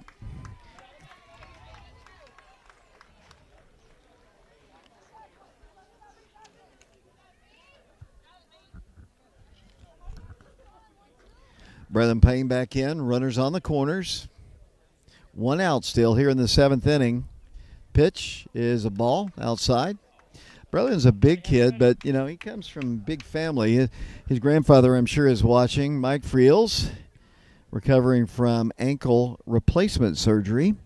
His mother, Allison Friels. Payne. She was Allison Friels when she played basketball for Oak Ridge. That's one high and tight. And by the looks of this, you're not going to fish at all tonight. Looks like we might be here for another 2 or 3 hours. Yep. That's unfortunate. Braylon back in. You want to see these guys get a chance to contribute, though. Here's the pitch to Braylon. He hits the ball foul. Off to the right side, out of play. Let's see. Looks like we have somebody else on deck here. I can't quite see his number. Might have to check my roster on this one. I know most of the main guys that have played this year, but some of the younger guys not too familiar with. We'll check him in a moment. Braylon back in. I do know Braylon. He also played football. He hits the ball foul, hangs tough, and hits it back to the screen. Been all Oak Ridge, especially here in this inning. They have used several pitchers today. The Wildcats started the game with Cameron Welch pitching. He pitched 2 innings. Isaiah Wilson pitched an inning. Jonah Wolf came in and pitched 2 innings, and Jaden Cheverton on the mound. Here's the pitch, hit in the air, shallow center field. The second baseman and the shortstop back. It's the shortstop who makes the catch for out number 2. So Braylon is retired. And the batter now for the Wildcats is number 27. And I'm going to need a help from... I think it's Caden. I don't know his last name. Let's ask a parent real quick here. Preston, do so. Ask who. I don't want to...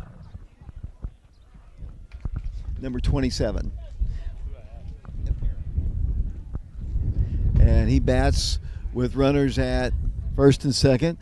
I do not have this guy's name on my roster, and none of the parents seem to, and I apologize for that. Dylan thinks his first name is Caden.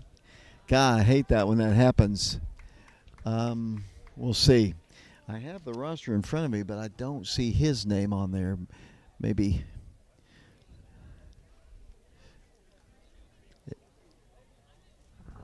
Caden Johnson. Yeah, Caden Johnson. Thank you. Appreciate that. There's a called strike. You were right on the first name. Caden Johnson is his name. God, I always feel bad if we don't have everybody's name. I'm going to have to add him to our roster. Runners at first and third. It's all Oak Ridge now. The Wildcats need 3 outs and a win. That bounced up at the plate.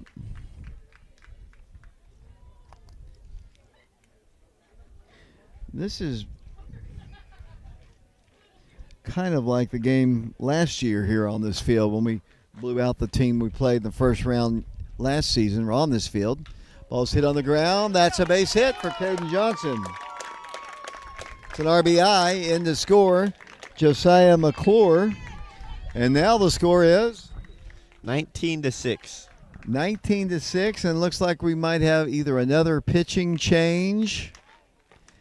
Looks like we are going to have another conversation. This is a long ball game, I can tell you. Looks like Ian Koth has grabbed a bat. He will bat next for the Wildcats. And indeed, we do have another pitching change. We appreciate all of our sponsors for Oak Ridge Sports and baseball in particular.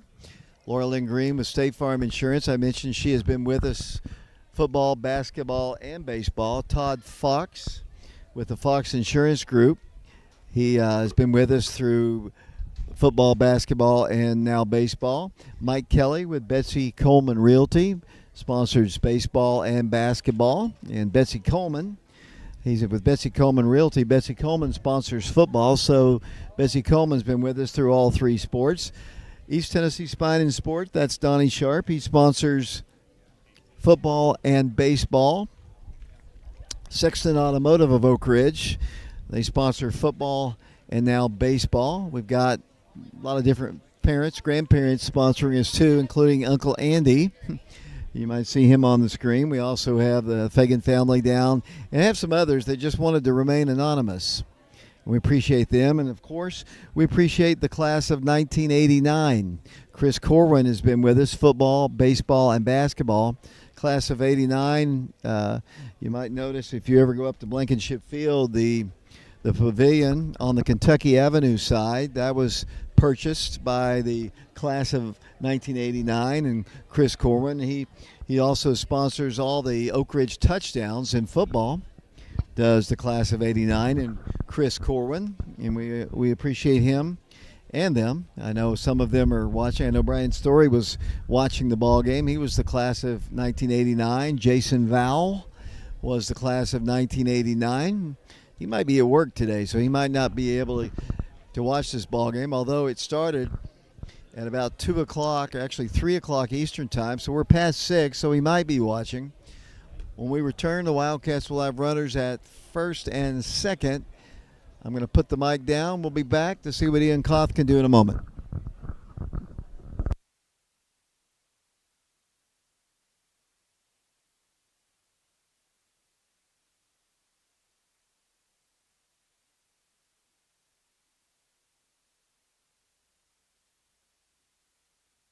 Here we go. Once again, there's 2 outs here in the 7th. The Wildcats have put 9 runs on the board here in the 7th inning.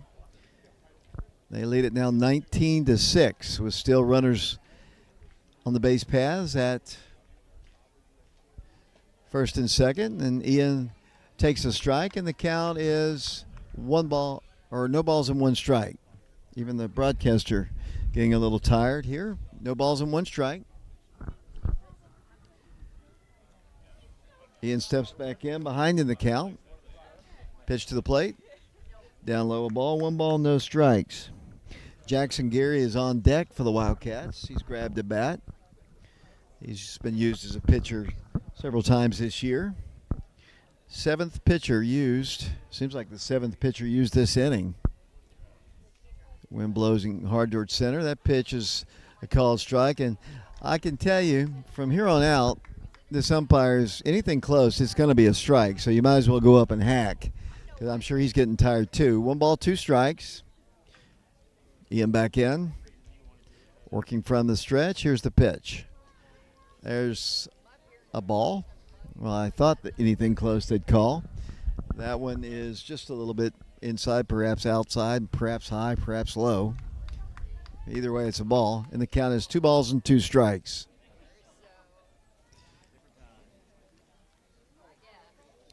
Two balls and 2 strikes. The pitch.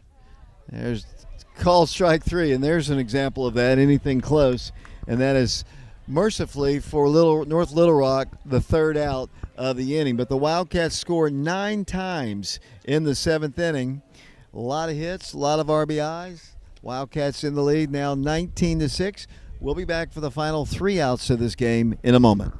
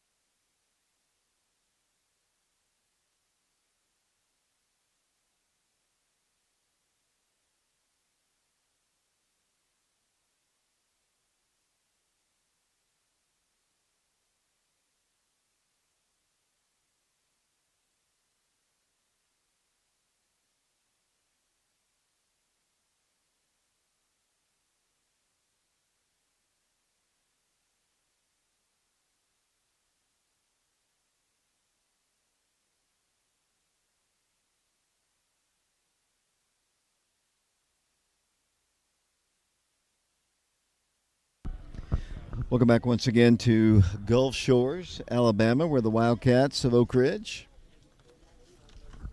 are on top 19-6. A lot of young people getting a chance to play, including a junior, Caden Johnson, just a moment ago. He had an RBI single. And the new pitcher for the Wildcats looks like Tri Sharp has come into the game for the Wildcats. And the pitch is hit on 2 hops. It's going to be a bang-bang play. Shortstop Noah Wood fields it. Has trouble getting it out of his glove. He wouldn't have had a play anyway. And that's going to be an infield single for their number 5 hitter. That inning almost lasted probably an hour. I mean, it just went on and on and on. Yeah, I mean, the pitching was not it. I'm not going to lie. The pitching was, just all around. They closed it up at the end, but it was rough. 9 runs for the Wildcats, and Trice trying to close the door here and get us out of here so these Bubba boys can hit the pier or wherever we're going to hit, someplace to eat maybe.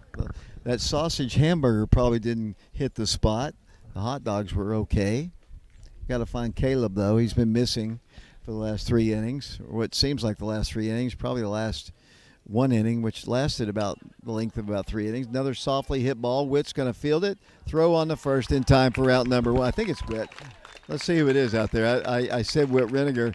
It is going to be number 28 who makes the play. Was that Caden Johnson once again? I've lost track of all the numbers.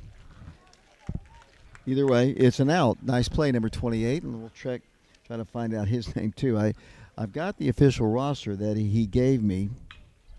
That ball is hit in the left field off of Tri Sharp, and they're going to kind of hold at third, and they'll have runners on the corners. Let me look here. This is the roster he gave me. I do not see a 28. He might have even batted during that little period of lots of scoring, but he is not on this roster, and I apologize for that. My apologies. but we've played a lot of players. He did make a nice play out at second base. Got the sure out. Try Sharp trying to close it out. He's got one out. There's a called strike. Let's see. Defensively, Braylon Payne is at first base. Number 28 is out at second. Shortstop and third baseman are different. There's a pitch a bit high to number 5. What has he done today? He is 0 for 3. No, it's a different guy. It's a new guy batting for them. The previous guy was 0 for 3. Right-handed hitter. Trice comes from the sidearm, and there's a called strike. Wildcats on top 19-6 in this one. They've got runners on the corners here in the bottom of the 7th inning. Trice is a senior. Cut on a miss. And that is a strikeout. And that is the second out of the inning. And we're 1 out away from concluding this ball game. And final hope for North Little Rock steps in. And he is, let's see, 1 for 2 in the ball game. A double, a strikeout, and a walk. And I believe this is Brooks Blaine. Trice's pitch is just a little bit low, and the count is 1-0. Runners on the corners, 2 outs in the 7th. Wildcats trying to win their 12th game of the year. There's a called strike. Nice pitch by Trice. Let's close this one out.